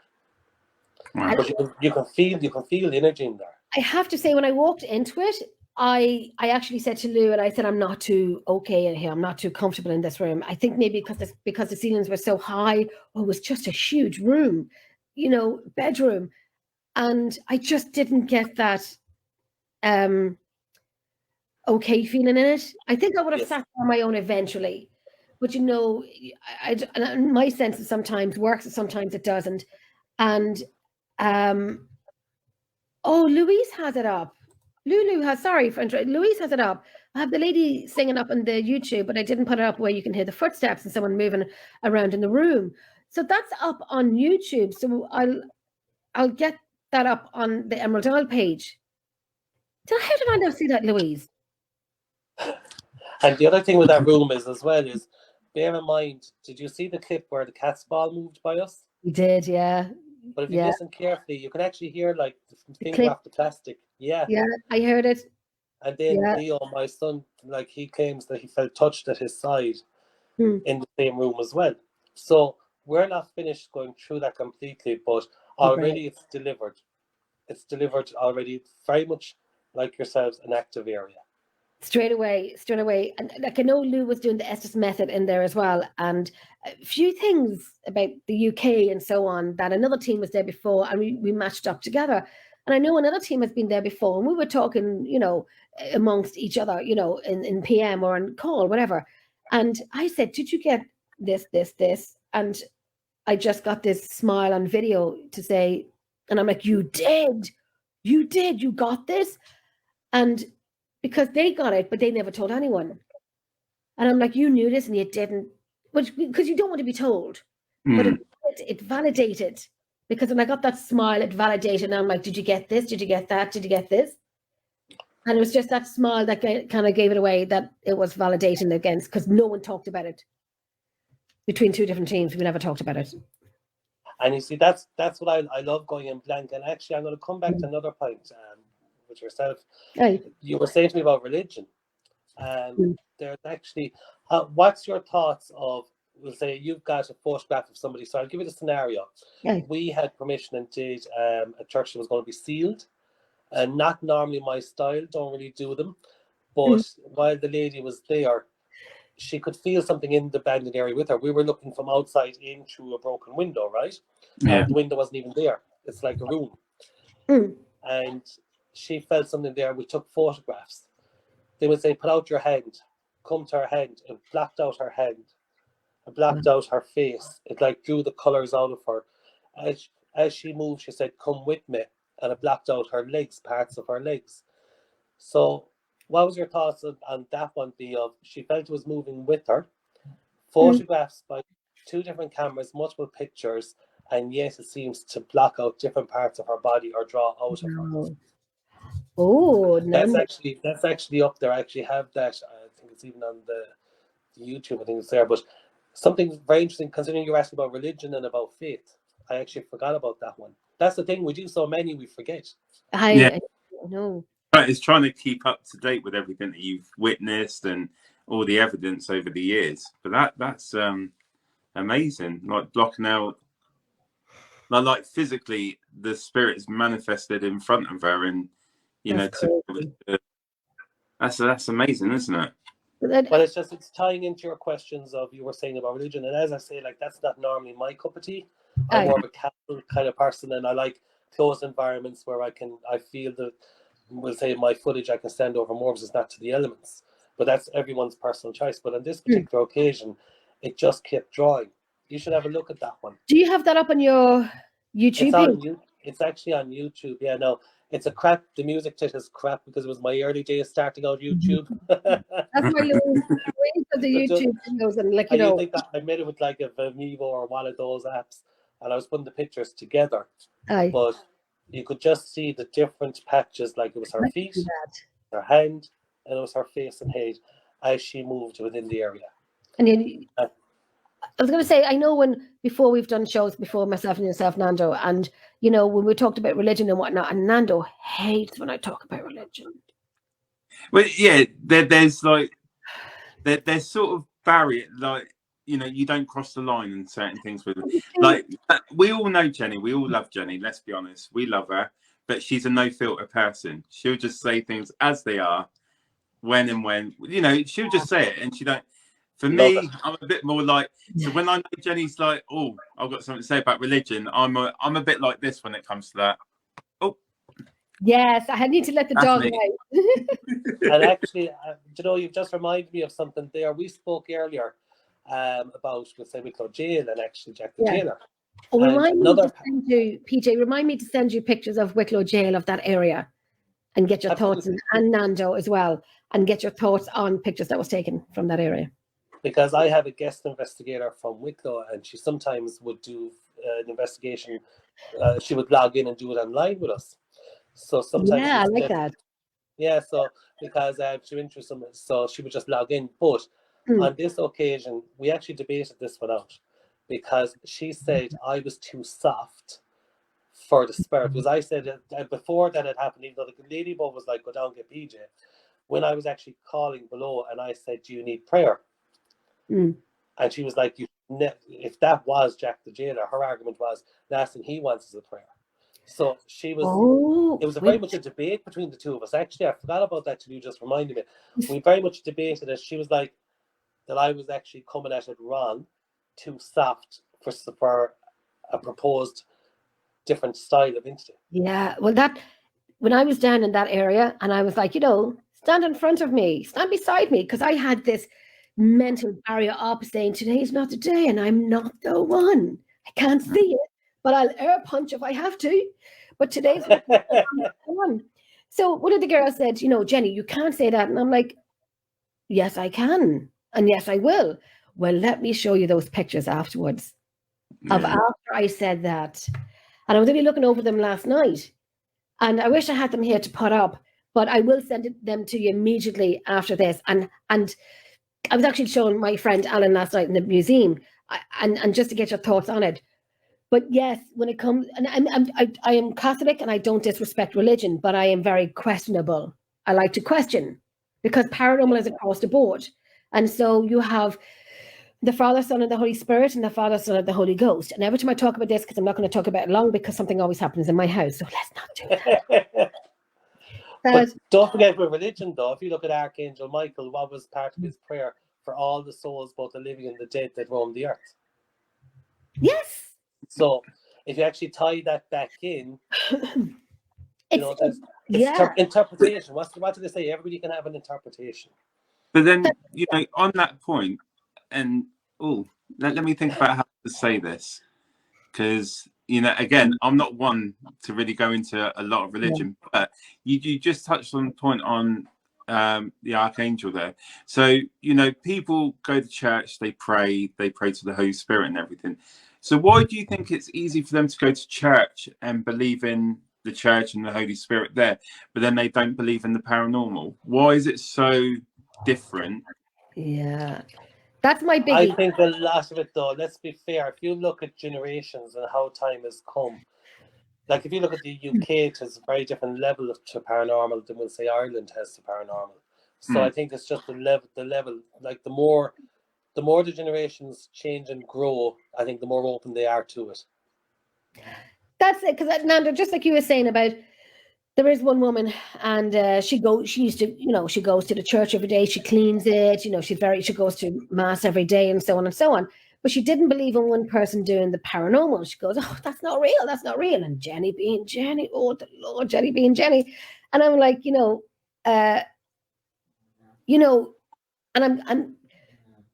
I'll be frank, because this is my opinion, so it is not anybody's opinion. My opinion is, it's my show, it's my opinion. And what I say is that you're praying to someone that you probably haven't seen or heard. Many people have heard him and touched him, felt being touched by him, and so on and so on. I'm just going to say that we have, oh God, please don't happen in my house anything, please don't happen anything in my house, that we have evidence, if that makes sense. Does that make sense? No, maybe not. Maybe that's just me being Jenny, that we have evidence of audio, video of paranormal. And with religion is somebody who doesn't believe in the paranormal, who believes in somebody up there. And I do believe you, so don't do anything to me tonight that we don't have evidence footage of that. And I know if anybody who's Catholic here, please don't come for me. This is just my opinion. That, do you know what I'm saying? That's just my not argument, but it's just my thought. I think that's your opinion. And I will say the other thing is, for me, and my opinion, my faith has gotten stronger since doing paranormal. It's actually given me more faith and increased my faith. Like every day, I start my day with a simple, on my way to work. I do a few prayers every morning, but I hand my whole day, my body, my day, my life, everything up. I take it out of my hands and I put the faith in up of every day. So paranormal has actually increased my faith. So I think everybody is entitled to their opinion. Absolutely. Of how they see it. And I bless my children. When in the morning time, if they leave me, go to school, college, I bless them. My daughter always bends forward for me to bless her, just to, and then she does it back to me. So I am Catholic. It's just a question as a person in paranormal that, so for some woman to say, oh, there's no such thing. And my argument to her would be, well, there is, and we have proof of it. And I do believe, but don't condemn something that we do and believe in the way I wouldn't condemn to what you believe in. Yeah. But the difference is, because I worded that wrong earlier, the difference is like our evidence is there. Is it solid? Sometimes yes, sometimes no. But is it there? Yes. I think that for me, when it comes to, I go back when I lived in Italy. We went to a school that was run by a priest and nuns, right? And the information that we were getting about, about religion, about the Catholic religion, was everything from a book. And the only thing that I would say is that, we're taking everything from a book that we don't know how true it is, because someone's written it at the end of the day. We're going by that. But we have to put our faith in our religion and believe that is what it is. But I just find it weird that we can put our faith in a book, but then people don't want to believe when we get visual evidence or audio evidence. And that's my only thing that I question. That's what I agree with. Yeah. Do you not think that's more ignorance? That I suppose that brings back even to what I said of, do you know what? It's not my place to convince anyone, but sit down for 20 minutes. Let me show you what I have and make a Amen. Yeah, I just said amen. Actually, I'll tell you a very good one for an EVP, and I know I'm talking random all over the place. Let's over here. That's I was part of a 2-person investigation in the house here in Kerry. The interesting thing is, we believe we got a male EVP in one part. In another part, we believed we got something, but we didn't know what something was. We knew it was something. It sounded like audio, but we couldn't make it out. Now, the answer was in front of our face, and we as investigators should have spotted it, but we had a bit of a dumb moment. So we played it back to the owner. They weren't Irish, and it was their language the EVP was in. They were from a totally different country. The EVP was in their language, and I went a step further where she actually kind of cried because she recognized it. And she found great comfort in it. Wow. And I remember the two of us looking at each other going, oh my God, how did we just miss this? It happens.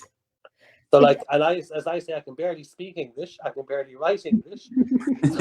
so I definitely won't be working on any other language. I remember we had very interesting. And it does happen because we would have something like that similar when somebody's talking in Irish to you. And I know when one of the guys, Aidan, was on the team before, and we were in Redwood Castle in the church and the chapel, and he was saying a prayer in French, and because Aidan was training to be a priest at one point, he was thinking of training to be a priest. So he would speak French and he would speak a little bit of German and whatnot. So he did a prayer in French, which was lovely, and we have it in audio.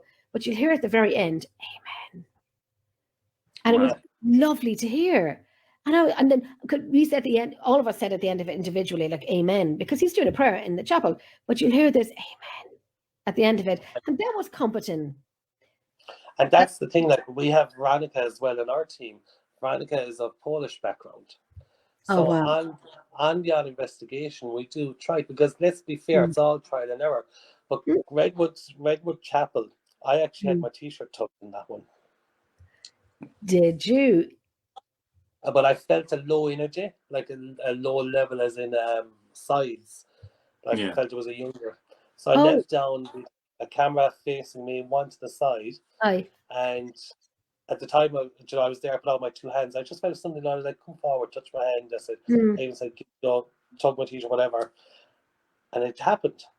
And of course, I was trying to get their attention, and I stupidly was doing this, and they all burst out laughing. And I was trying, then the moment was gone, and I was like, I was trying to tell you. Do you know what I mean?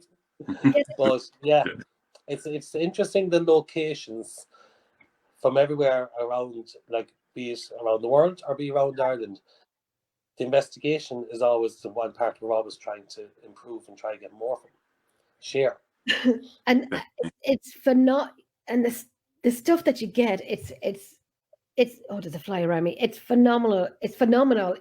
It's mind blowing, and you want to scream about it because it's amazing. If that makes sense, the only that you or I or Nando have gotten is like, you can't, you can't say there isn't anything there. And it's funny, I often find the person that's, do you know, we all might have a person that, like I bring guests at times, they wanted to stand in front of them, they want to nearly hit them. They never see or hear anything. The person that really wants them to stand in front of them and hit them, like they're like half an unbeliever, they're coaxing it up. I want them to stand in front of me. And is it because they're so tuned out, they never hear? Whereas the person that's just silent or quiet or staying under the radar, they could have a lot of activity around them. That's it. And you ever find that the longer you're in the field, the more you're open to it?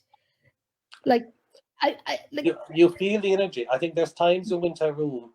So we'll just say now we're doing Redwood. I've done the ground, you've done the top. Next thing I could go on the ground, you just feel it's gone flat.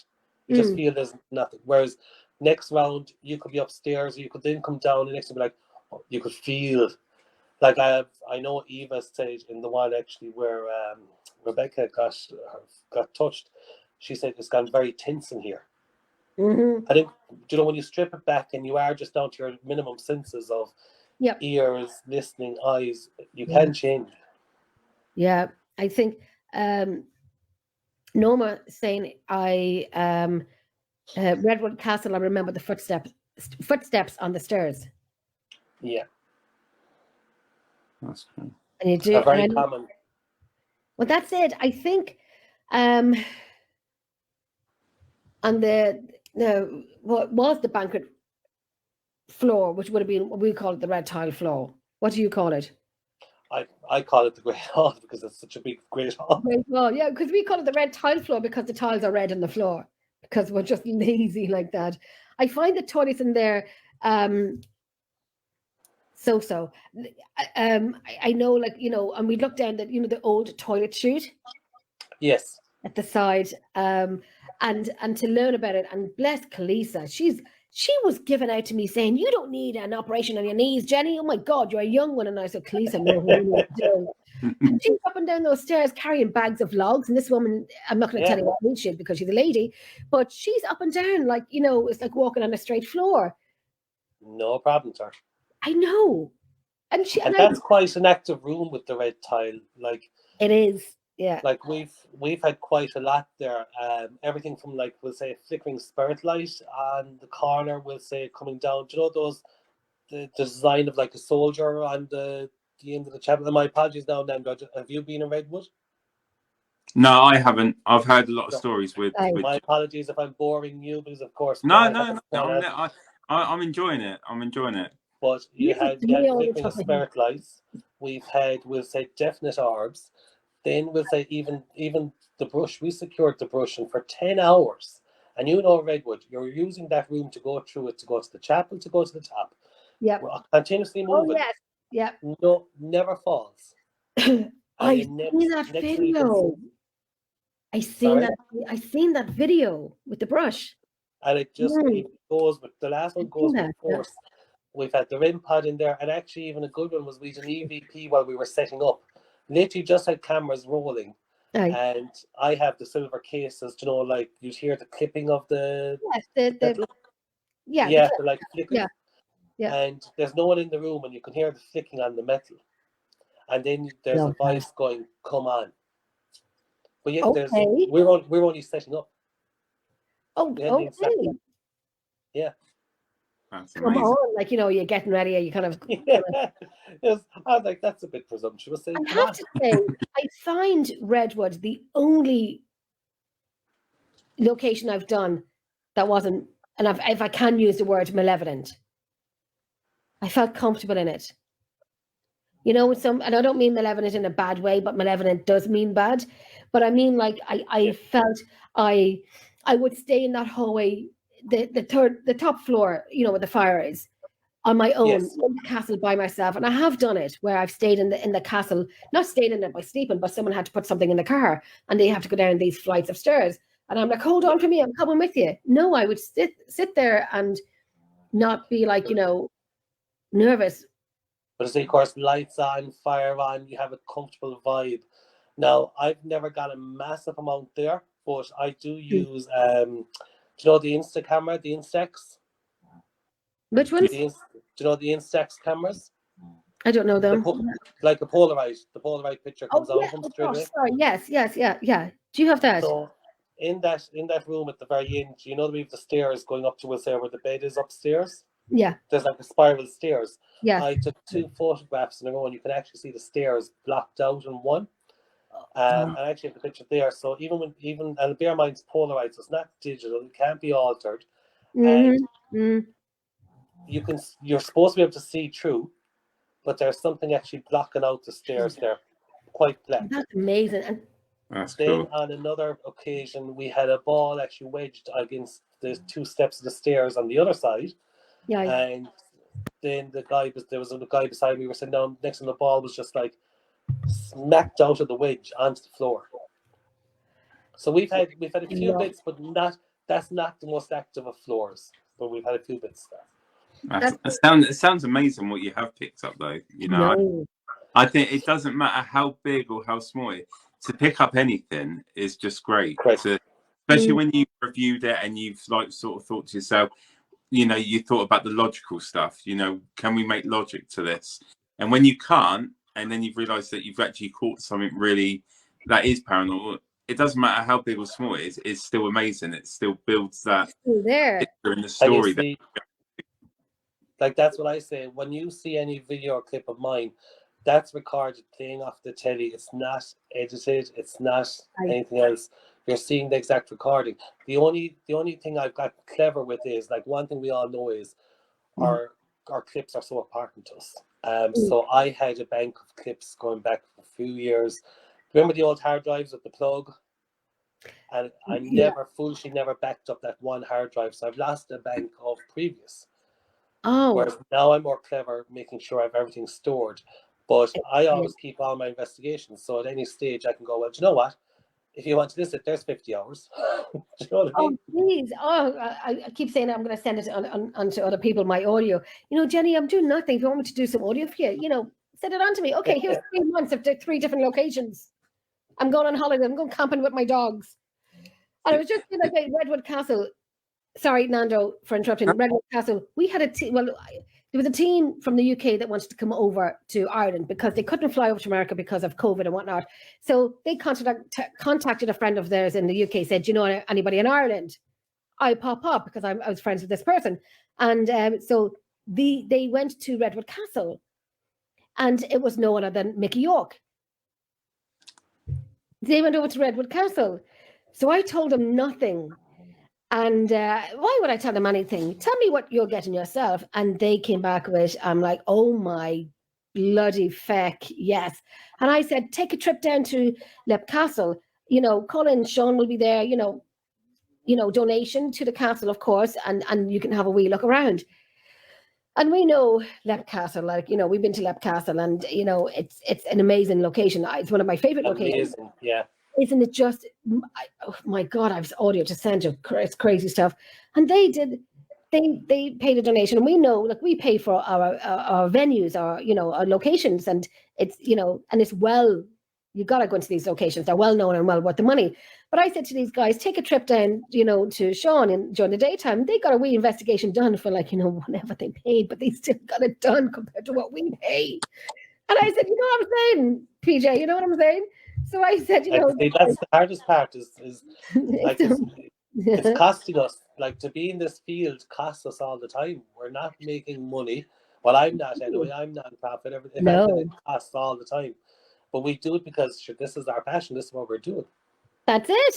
That's it. And the boys went down and they, had a fantastic, a wee bit of, say, about an hour, 2 hours, having a great chat with Sean and doing a wee bit of investigation for it. Why not?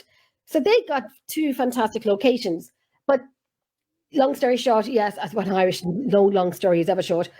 Short. But they had validation from Redwood Castle, should I say. That's my long story short, validation from Redwood Castle. And they've never been there before. So, sorry, go ahead, PJ, go ahead. No, my apologies. I could have crossed you. No, don't be silly, not at all. Go ahead, go on. I was going to say, like, even with LEP, like, I've never come out of there with nothing either. Like, I know. Again, we'll say the corridor area. Do you know where there's the wooden doors are pure thick solid? Yes. Yeah. So, like, yes, I have a dropping of, we'll say, a light flickering down through the door, but not through the door. It's on the inside. So we'll say that same corridor. My camera's at the end inside that corridor, and I captured the light just flickering in a different section. Oh wow! See that? That's cool. Yeah. So, like, again, LEP Castle, we've had EVP, the steps, the footsteps. Again, the smell, we'll say, the feeling. But you see, LEP. The minute you see LEP, it creates the atmosphere. Yes, because I know when I went there for the first time, it was like TV. It's like, this is what I've seen. This is what people talk about. And and I know when I go to locations, any location, doesn't matter where it is or what it is, I touch the walls. I always touch the walls, like, especially castles or whatever. But I do, if it's stone wall, I'll touch it. And just to kind of, that's how I do my investigations. I just touch it, feel it, mentally think something, or maybe it's an image or a picture that I mentally think when I'm touching the castle wall. I don't know how it goes for everyone, but that's just it. I suppose everyone is their way. Like, Nando, I'm sure, is his way. Like, I often feel I like to let it breathe. I like to let the castle breathe, let it come to life. Mm-hmm. Or we'll say castle, home, building, whatever the case may be. Yeah. Like another good one. Did I say to you about the child's voice saying they're trying to go to sleep? No. Did I tell you about this? No. So a friend of mine arranged a location. We're in a compound, fully locked down. We had locked the building at around, I would say, close to 6. And we moved into the adjoining area because for health reasons, we stayed there. 30 minutes after locking, but our cameras are still rolling, you can get a child's voice going, I'm trying to go to sleep. Oh, we don't bring under 18s with us. Everyone has to be over 18. We don't have kids with us. The building was locked. Who was it? That's what I love. I love that. And it's the ones that it's the creme de la creme. When you're doing audio work and you get, oh my goodness, I've heard other people's audio work and I'm thinking, when I started off, I was like, oh, I wish I got that. And now, as I got older in the field and whatnot, it's like, I'm glad I'm hearing it. Because you have to learn and grow within the field and find your niche and find your comfort zone, if that makes sense, and find your maturity when it comes in this, if that makes. Yeah. And keep learning. Actually, a question, Nando, you were saying earlier about like that talking, trying new things. And the same investigation, a lady, I thought it was very clever, very intelligent spirit. She said, if there's someone in the room, can you knock twice for yes? She actually got an EVP of the voice going, knock, knock. And I thought it was hilarious. It was very intelligent. Very intelligent. And we're saying about... You're talking about... 1 second. Sorry, just excuse me for 1 second. Okay. Well, I'll ask my question while Jenny's gone. You're talking about how, we're learning, is a development in the paranormal field. imagine that you got someone that comes to you, they're very new to the field, they want to get started. What advice would you give them in the sense of, you know, would it be based on equipment, how to go into a location? How would you guide them into getting into the paranormal field? Well, I suppose I actually have it. If you actually look at if you look at Púca Vogue right now, if you look at us, like we'll say, you've got myself with all the years, then you have my son who grew up with an element of it, and you have his partner, and his partner will say the two more. If you think about they've been new to this, they've never done it before, they came on board. But I always say the best advice is you can train them how to use what equipment you already have. Yeah. You can explain like you're trying to get a object as a trigger object, which can be anything once it can work. So you're just teaching them, we'll say, logistics of something light, something with a color, something with the, and I often say they're listening to what you're doing, they're listening to you calling out. They'll all put their own spin. So if you actually look at it, I'm going through that with my team, I suppose, even now, because we've had one full year under our belt. But they're teaching the dinosaur as well, because they're teaching me the stuff they've seen in YouTube. Yeah. So I think make it your own. Get the basics of the equipment you're working with. Get the basics by watching what people are already doing in investigations, and then try. All you can do is try something new. It'll either work or it won't, and you can decide, you know what, that's not right for an investigation. We'll just eliminate that. So I think the best way is, most importantly, is that they're feeling comfortable in the situation of what they're doing. And I think it's like, you know, them finding their niche in the field, like what works for them, like you're saying, what works for them, what doesn't, you know, because everyone has like for me, you were saying about the dowsing rods, you know, I don't think much of them, so I won't go into doing that. I'm more about filming as much as I can and seeing what we can capture, you know. But being like a family run team, then do you feel very like you, is your role to protect everyone around you then, because you know that they're your family? Do you like, as like your son, for example, he's grown up, you know, seeing what you've done and he's got well into it. Does that make you more cautious about, like, if something happens with him, that you've got a... That one bit, everyone for themselves. Okay, that's I can honestly tell you, no, because the way it is they have to learn, like I did, you did, Jenny does. We all have to do the same. So I go, no, you can guide them in the beginning. The rest then is, what's that saying? Sink or swim, bucko. So it's like a bag. Once you've flown the nest, that's it. It's your problem. You deal with it. There you go. The one time I took over my eldest daughter there, I think she was about 17 when I took over to the museum. Myself and Alan were putting up Halloween decorations and so on. And so Jessica was sitting in a room and I'm looking at Alan and saying, you know, gosh, if only she knew, you know, if only she knew what we knew. So anyway, we were finishing up the job and she was walking out and she looked at me and she goes, and I'm like, did you? And she goes, Mom, I heard a woman. I high-fived her. I tell you, she could have gotten a college degree and I'd still high-five her better because she heard a woman DVP. And I'm like, Mommy's not crazy, as you called her. It does happen. So absolutely. It does. And I get them to listen to audio. But they were watching shows and whatever, or a movie with the K2, whatever. She goes, Mom, you have that, you have that, you have that. And I'm like, yes, I do. And have you ever tried, like, your own homes? Like, we'll say there's a property within our family, would be a very old house.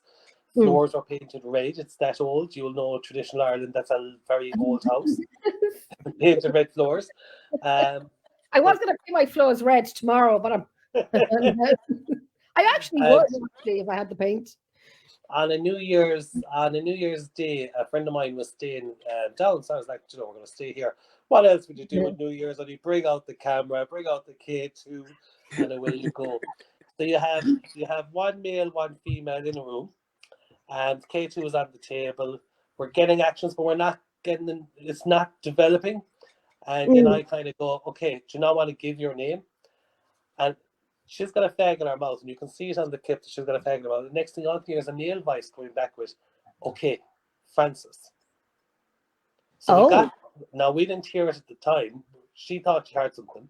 But when we watched it back, there it was. For years, I've kept that clip. And it was only recently when I started Púca, I was going back over old clips, trying to organise things. For some reason, I never pressed play after that. I did years later. After that, the voice then goes, Leo, which is obviously my son's name, Aye. who wasn't in the house.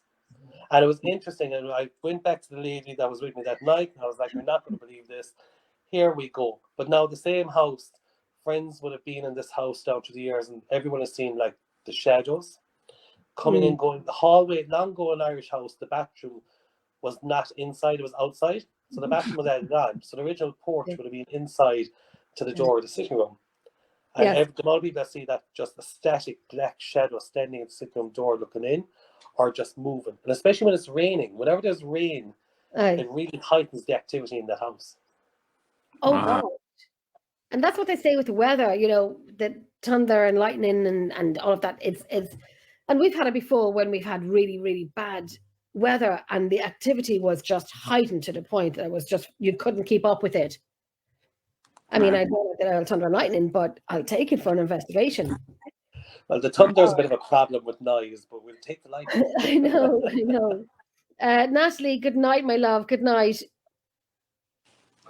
Up at 3:30 a.m. for an airport run for a friend. No worries, my love. We'll catch up during the week. We have to catch up. You've loads to catch up on, my darling.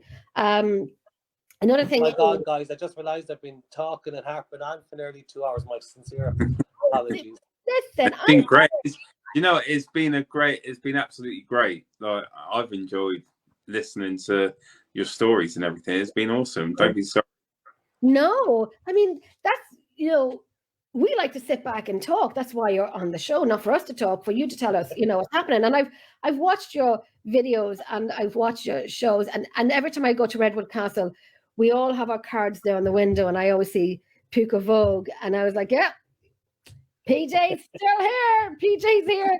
And then my cards are there as well. And you know, a few cards all set up. But then you'd always check the guest book. And everyone has to check in the guest book. And it's great to see, you know, who's been there and how many visitors come and whatnot. It is an amazing location. I wanted to ask you as well, if somebody was starting out in the paranormal field. And I remember Brian asked me this question before. If someone started out in the paranormal field, what advice would you give them? And my answer was, don't do it. You'll never have money. No. Don't do it. But apart from my answer, but I was joking, what advice would you give to anybody who said to you, right, PJ, I'm looking to do paranormal. What should I do? Should I not do it? What should I do? Well, I suppose it's like I was saying there to Nando, I was like, you know, if you look at Púca Vogue, it's very much a new and an old, because of course, obviously the dinosaurs here, they're coming on. So we'll say the Gen X? Sorry? Are we called the Gen X, or are they called the Gen X? Because my twin always goes on about the Gen X, and I'm like, Vicky, what's the Gen X? I must be that old, and I don't know what a Gen X is, but anyhow, I'm sure someone will tell me. Anyway, go on, continue. All I know is I'm getting older. That's all I know. Yeah, my knees, the sound of my knees will tell you how old I am. Every crack is like a tree ring. I keep see the Irish now, the way we keep talking. It's like you open up a tree and you see all the rings in it. That's my knees. And it tells you no matter how bad we are, when it comes to location, we'll get up or down them stairs. Get up those stairs, give me a boost up, done. The advice I give, like we'll say Rory and Veronica, is, you know, and I even say this, friends of mine, I've often coaxed a few friends of mine to come on locations now and again. And the one thing I say to them is, guess what? Go into it with an open mind, try it. The worst that can happen is it's not for you. But you'll have gone in a location, you'll have had a very different night versus your night around town or your fancy meal. You've got a totally different night, totally different atmosphere. The worst thing that can happen is it's not for you. And after one night, you'll have it. The only other piece of advice I give to people is, if you have no patience, don't even come into it. Because we all know you can be sitting there in the dark for 15, 20 minutes in, calling into an empty room. Somebody go, look at that lunatic, and he's shouting there, is there anyone there? And there's no one in the room. So if you have no patience, forget it. It's happening. It is happening. We just, you know, it's not in front of us. And you could be there, like, I know we've done locations, or we, like yourself, you'd go for 2 nights in a row. If you can't do 2 nights in a row and you can't do 2 hours in a room that has nothing but like creek floorboard and you can debunk it, it's not for you, then go watch Ghost Adventures. Love you, Ghost Adventures. What? No. Actually, speaking of creaky floors, have you ever been in the Johnny Cash suite in Markree Castle? No. So there was a live ghost hunt weekend many moons ago, and that's where I first seen it. But of course, not being green and not really a part of the organisers, I had to go back. So being a lovely son that I was, I bought my mother, and I said, guess what? You're getting a VIP night, Markree Castle. I purposely made sure to get the Johnny Cash suite because that's where all the activity was supposed to be happening. Oh, Lord. Yeah. So we get down there. Next day, I pulls out the tripod, the camera. She's like, what are you doing? I was like, oh, yeah, you got a free night. That was for the journey up and down and for your breakfast. I'm going something. But like that, it was actually quite interesting. You mentioned Ghost Adventures in the same breath. So here we are, Markree, camera rolling, and you can hear the footsteps going across the room, but there's nobody in the room. We're downstairs. And then, do you remember the old Irish wardrobe that they had this little, it was like an emblem and a little piece that it would flicker, it would flick back in, like the cases. Yes. Yeah. Yes. Yeah. I actually captured that in the room. Are we that old? Well, actually, I'm assuming you're on my list, so that's me out anyway. I'm dead. Tell me afterwards. When I hold you now, PT. My apologies, drop the camera. What year are you born? I'm a 70s John. Bare end. I'm a 70s as well. I'm the very last of it. I'm an 80s baby. So I'm good. Whatever. Oh, there's always one. I'm a middle 70s. So I'm older than you. I'm later. You're later 70s. But I'm coming back to my story for a minute though. I'm not telling our ages. I think it was actually Ghost Hunters. Actually, they did Johnny Cash's house in the States or somewhere off down there. It was in I think it was in Africa. Yeah. Yes, it was somewhere hot. I can barely remember the answer. That's an Irish thing to say. It was somewhere hot. But lo and behold, they got the same thing in there. Did you see his original shoes? It was somewhere hot. That's going to stay in my mind now. America, Australia, it was Africa. It was somewhere hot. Such an Irishism. But it's something about his shoes, the original shoes, where, and I could be totally wrong when I say Africa, but I am going to Google it because Google knows everything. But his shoes were his original shoes, and they were placed where they were. And I'm 95% it's Africa. But it was a Ghost Hunters. So yeah, it was Ghost Hunters that did it, or Ghost Adventures. One of them did it, but it was because Johnny Cash's place in another place somewhere hot. I'm not good. That one's going to stay. No, that's mumbling.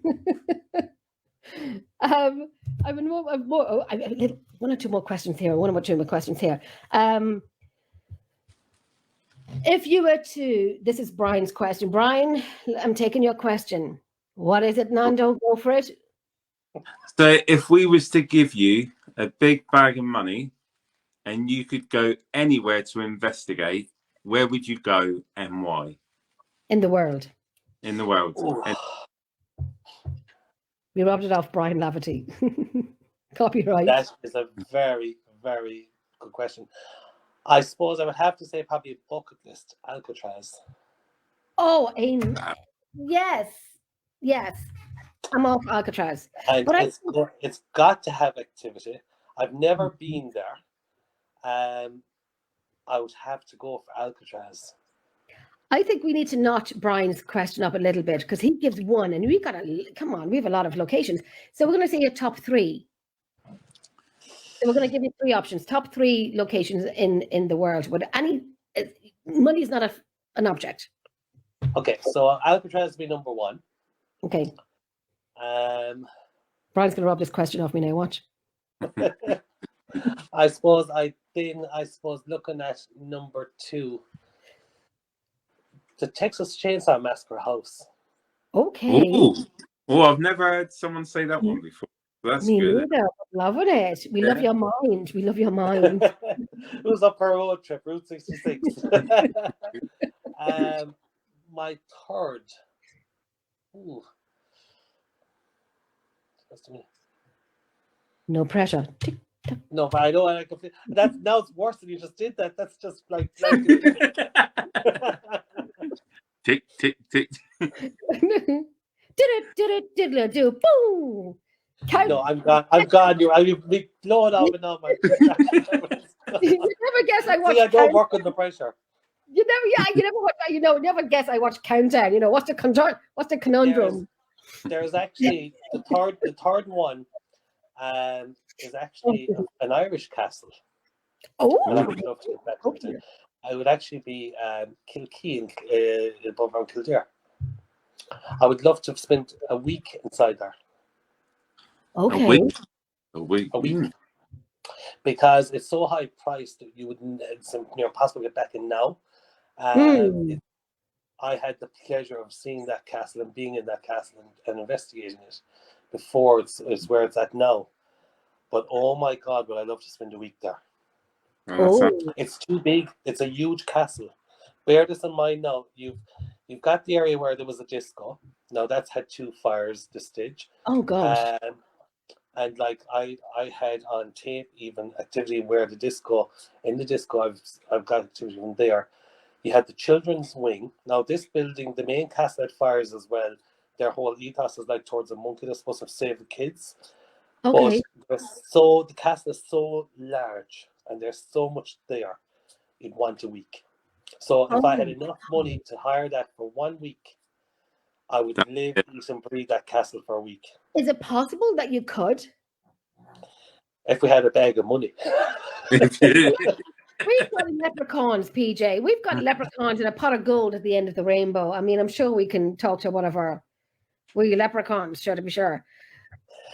Like I'll tell you what I even saw in the wing of that, in the children's wing part was, so picture a hallway with an old style buggy. So the ones with the little wooden handle and the curve? Yeah. A fellow investigator brought as a trigger object. So we had a buggy in the children's hallway.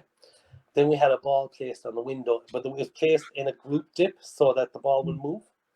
And the ball actually gets smacked, goes down the corridor, around the buggy, and back up. Wow. Ooh. So law of gravity is the question I would use there. But yeah, that would, if you give me a bag of money that I could hire that for a week, that would definitely be one. Because it's so big. We kept losing each other inside there. It's so big. Oh, that brings me to a location. I'm right. See, I have to write everything down. Listen, I'm looking, lads. You're all talking there, and here's me with a pen and paper with like, oh my God, I remember. Because I write things down because in the brain, I'm remembering. But you see, the thing now, what I was about to say is I forgot because I was writing something else down. To not forget what to say. Well, you're the interviewer. I'm only the interviewee. No pressure now. All eyes on Jenny now. Hang on, mister. You're part of it too. Hey, I've asked my questions. I'm good. I'm all right. I'm only a co-host. She's the gaffer, so she needs to make sure it's on point. We're all in this together. Tick tock, tick tock. As PJ said, once the bird's flown the nest, you're on your own. You're on your own now, Jen. Carry on. That's it, kid. What? I can't hear it. My signal's going. So anyhow, hold on. Okay, so actually I do, well, no, you've just answered the question that I had written down here, so thanks for that. So moving on swiftly, because you just answered the question that I didn't ask, but it was like, what location would you love to do in Ireland that you haven't done? What I was going to say now that has come to me is myself and my team have a location booked in October. It is an Airbnb, but it's a castle. Okay. And it's huge. That's all I can say. It's huge. I'm joking. I forget the name of it because Louise, bless her, we heard, because she has all this booked in our names and whatnot and so on and so on. Is it in County Cavan? No, Cavan. Oh, her husband's from Cavan. Louise's husband's from Cavan. Cavan, as we call it. Listen, do you know what? It's probably pointless saying that because I don't know where it is. Okay. But the only thing I don't know where it is it's in Ireland. I have to ask Louise. Louise will have to watch this now later, and I have to ask her, and then I'll let you know where it is. But it's an Airbnb, so the three of us are booking into it for October, for the weekend. And there was one, we were looking through the pictures and so on, and I will have to get the name up, but there's one particular room. We ever draw into a room, to a location that you've never been before, but you just know you have to go into that room? Yes. This one, now, I don't sleep anywhere. If you have an airbed or whatever we're staying, my airbed is going to be attached to your airbed, because, we're across here and I'm over here. No, that doesn't happen. I say, Louise is awake. Louise, save me. What's the name of the castle? Louise, I knew it began with a K. I just didn't know it was a Kildenny, Kildare, Kerry. We don't know where it is, but I think we're going into it in October. Louise has it booked. But anyhow, look at the two of us now. Just deadly, Louise. We're brilliant. Where are we going? Don't know. Let's just follow the road. We'll see where we end up. We work hard and we play harder. But yeah, it's an unusual name. It is an unusual name, which is why no teams have gone into it before. Not that we know of, or we would have heard of it. But yeah, so it's an Airbnb. So we never heard of a castle being an Airbnb. So we will go into it, and when we do find the name out, we will give the name out so other teams can book into it and do what they do. So you have a farmhouse to the side of it and whatnot. But there was one particular room, and it called me where the bedroom is, and it just called me that I'd like to stay in that room by myself. I don't know how I'm going to do it, but when you need to say, Jennifer or whoever, man up. Do it. I think it's time that I've kind of broken from my cocoon shell of, fight or flight, Jennifer. And I think I'll stay in the room on my own. I know when myself and Louise walked into one of the museum rooms, and Louise is laughing at me because she knows what I'm going to talk about now. We walked into one of the rooms in the Drogheda Museum in Millmount, and Louise was behind me. So one of the rooms in the museum we're not too sure about it, a little bit, off with it. So I'm walking in with the body camera, and I said, we're just going to leave this in here if that's okay. Louise burps behind me, and she goes, yes, as she burps at the same time. My legs spaghettied, twisting around, turning around by running out of the room. No, I don't mean running, I just mean fast walking out of the room. and she was behind me. But fortunately or unfortunately, the body camera was facing away from my face. But if you did, you would have had a still shot of my face of what it actually looks like when I'm about to run. Jeez. You see, laughter is always a good draw. Definitely. Oh my gosh. Yeah, at that time, my legs were spaghetti legs. It was very funny. You're lucky you didn't have any other accidents. Well, no. I was going to say something there, but I'm not going to. No, I'm not going to. We should investigate together. The crack we'll have will be brilliant. We should. We're trying to get Nando over to Ireland. Ireland. But do you know what? Actually, now I've met you, PJ, I've got a good reason to come over to Ireland. I think it's something to definitely, you're a top guy. Love talking to you. So, I think there's a reason for me to go over to Ireland now and do an investigation. Well, absolutely, sure. Come here. All we can do is try. Let's be very honest. I think between the three of us, we're not a bit well anyone, the three of us. I think Nando. Yes, we'll bring it. Yes, Nando. We'll bring it to Leb Castle, and you can stay the night in the Blades Chapel if you want. Yeah, I'll be up for it. I have Sarah with me, so I'll be all right. I'll be safe. Sarah's staying with me. Sarah is his wife. Sarah's staying with me. Sarah has kahunas. Maybe it's time for you to do a lone vigil again, Jenny. Me? Yes.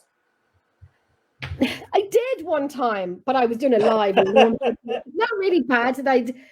I did a lone vigil in the museum, the Drogheda Millmount Museum, and I did a lone vigil, but I was on a live, so I had people watching me in case anything happened, so they can tell the people upstairs, Jenny Ninja. I shit you not, I did, PJ, I did. It's not really bad. And someone was saying to me, I can see a shadow to your right hand side of me. because we asked, through the phone, like, the ITC, and I said, make a sound if you want Alan to go down. Nothing. Make a sound if you want X, Y, Z, X, Y, Z. Make a sound if you want Jenny to go down. And you can hear this. Oh. And you hear this. And I'm on a live saying, who lips read? And so I went, and there's me on the live. Yes, okay, I'm a professional. So I walked into the kitchen, and I'm like, I'm talking, and all I can hear was like, it's okay. You can hear me. You can hear my voice, trembling. It's okay. It's fine. It's okay. And so, and I'm like, and I can hear a knock, and I'm like, guys, the sensor light went out. Jenny, it's supposed to go out. And I'm like, okay. A good run is better than a bad stand, Jenny. Remember that? I know. This was only last year. Yes. I know. I was going to say something else there, but I'm not, because I know I want to keep it behind the scenes and not say anything, Jennifer. Yeah, but I'm really swelled to go on an investigation with. But,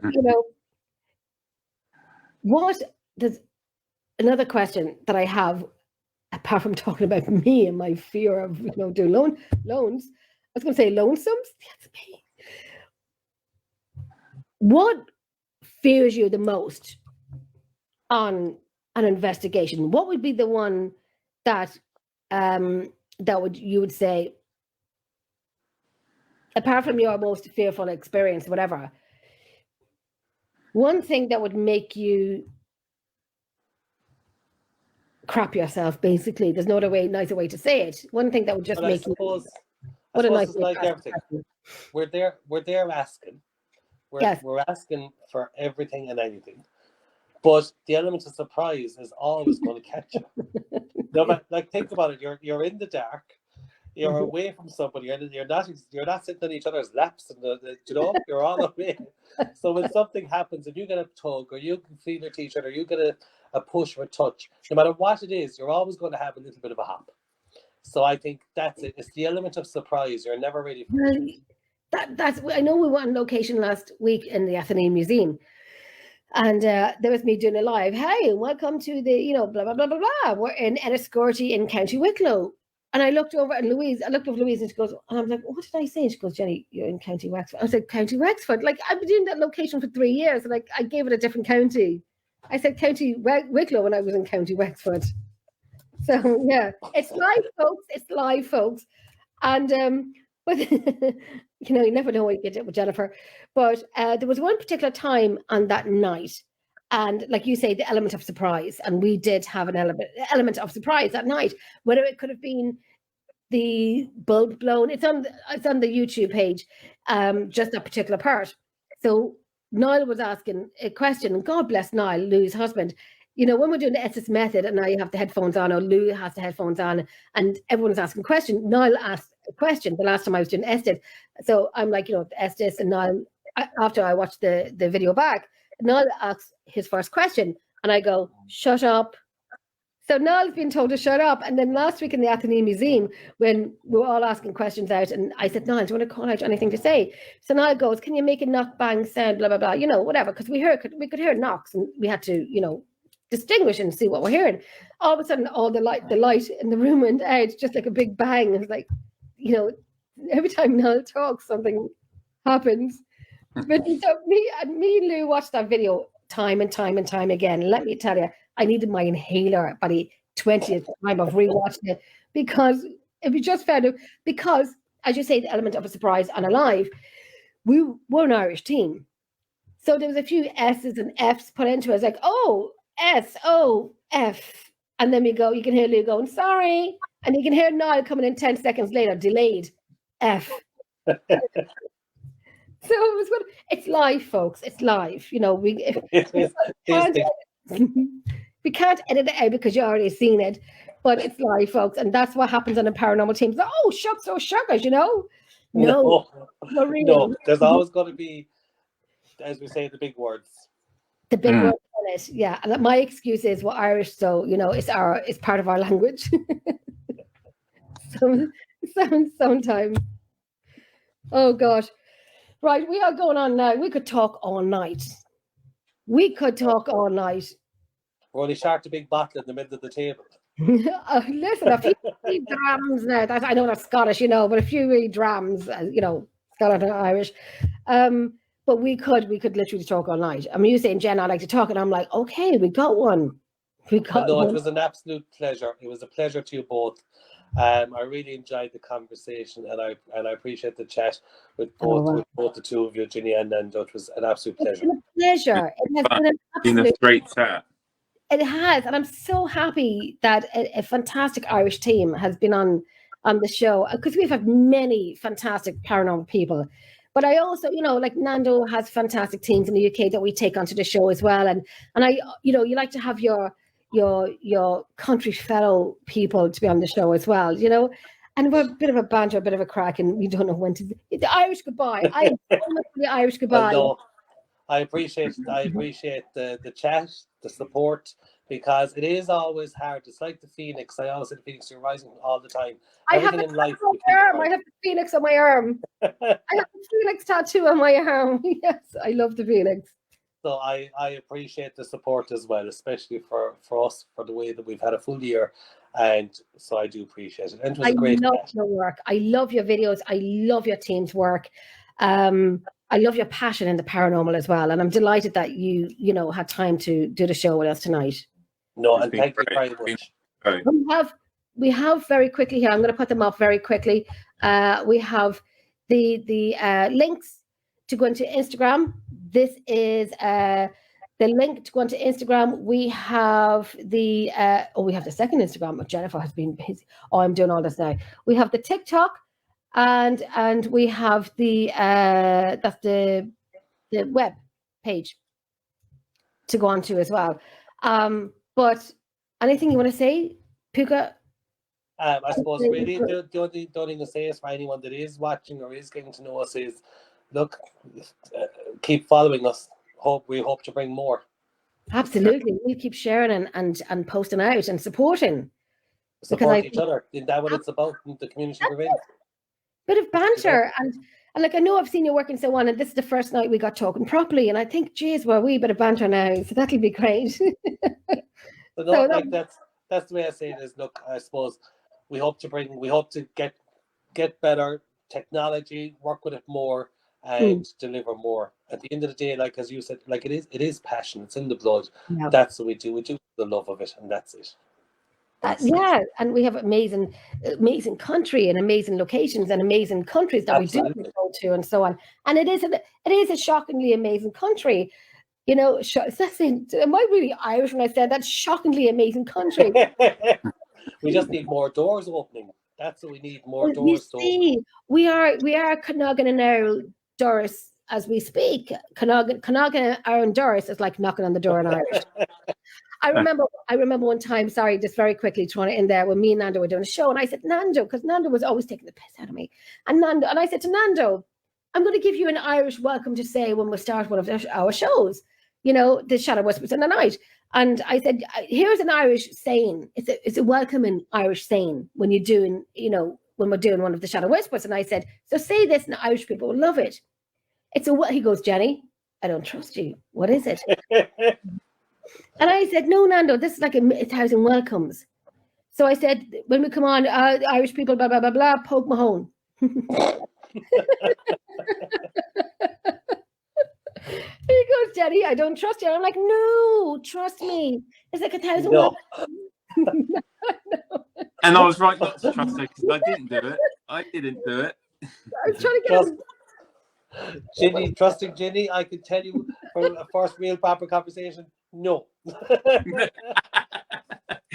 I know that now. You got to be careful when Jenny comes out with something. You got to be careful because she can land you in some hot water. She couldn't have said to Ganari and Bo her lat, may the road rise to meet you. No, she goes, poke my own. That's it. I got a cup during the week before we went down in the Athenaeum, and we all got Irish mugs, and mine was like, is my lum cup on tea? I like a cup of tea. I don't even know what the Irish are.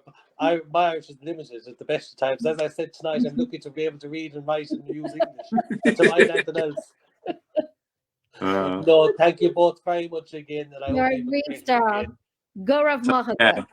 thanks very much for chatting. And it's No been a great problem. show. Nando, you Take can care, say go guys. Rav Mahagod. I Huh? have the notion what you just said. You can say go Rav Mahagod. No, I ain't saying anything. That means thank you very much. Yeah, I don't believe you. Oh, then. Anyway, No, nice to that meet- does genuinely say thank you very much, or Margaret. Oh, okay, that's fair enough then. My apologies. Oh, you believe PJ, but you won't believe me. I don't blame you. Yeah, I don't blame him either, to be fair. Oh, Lord. Right, you can find, Lord Almighty, Púca Vogue Paranormal Investigations Ireland on TikTok, YouTube, Instagram, Facebook, and their websites, and they're all on the link that we have here now. Let me see one more thing before we go. Last one. Lulu, good night, my darling. There's my Lulu. Good night, my love. Good night, my love. And she's still awake. I can't believe you're still awake. So what I'm going to do now, I'm going to bring us into the background, play the intro. If you want to stay there, you can stay there. If you want to have a wee chat afterwards, if you want to go to bed, you can go to bed. Hi, I may everyone. go for a tipple. Listen, I'm going to go do one myself. Sure, it's only 12:10 in Ireland, you know. That's all. Sure, listen, there's like, evening time. Stay there. I'm going to bring us into the background for Tickety Boo. Okay. And we'll be back in 2 Tickety Boos. Bye, Bye. everyone. Thank you, everyone who watched, listened, commented, shared. Thank you very much. Thank you very much. We'll be back next week. Bye.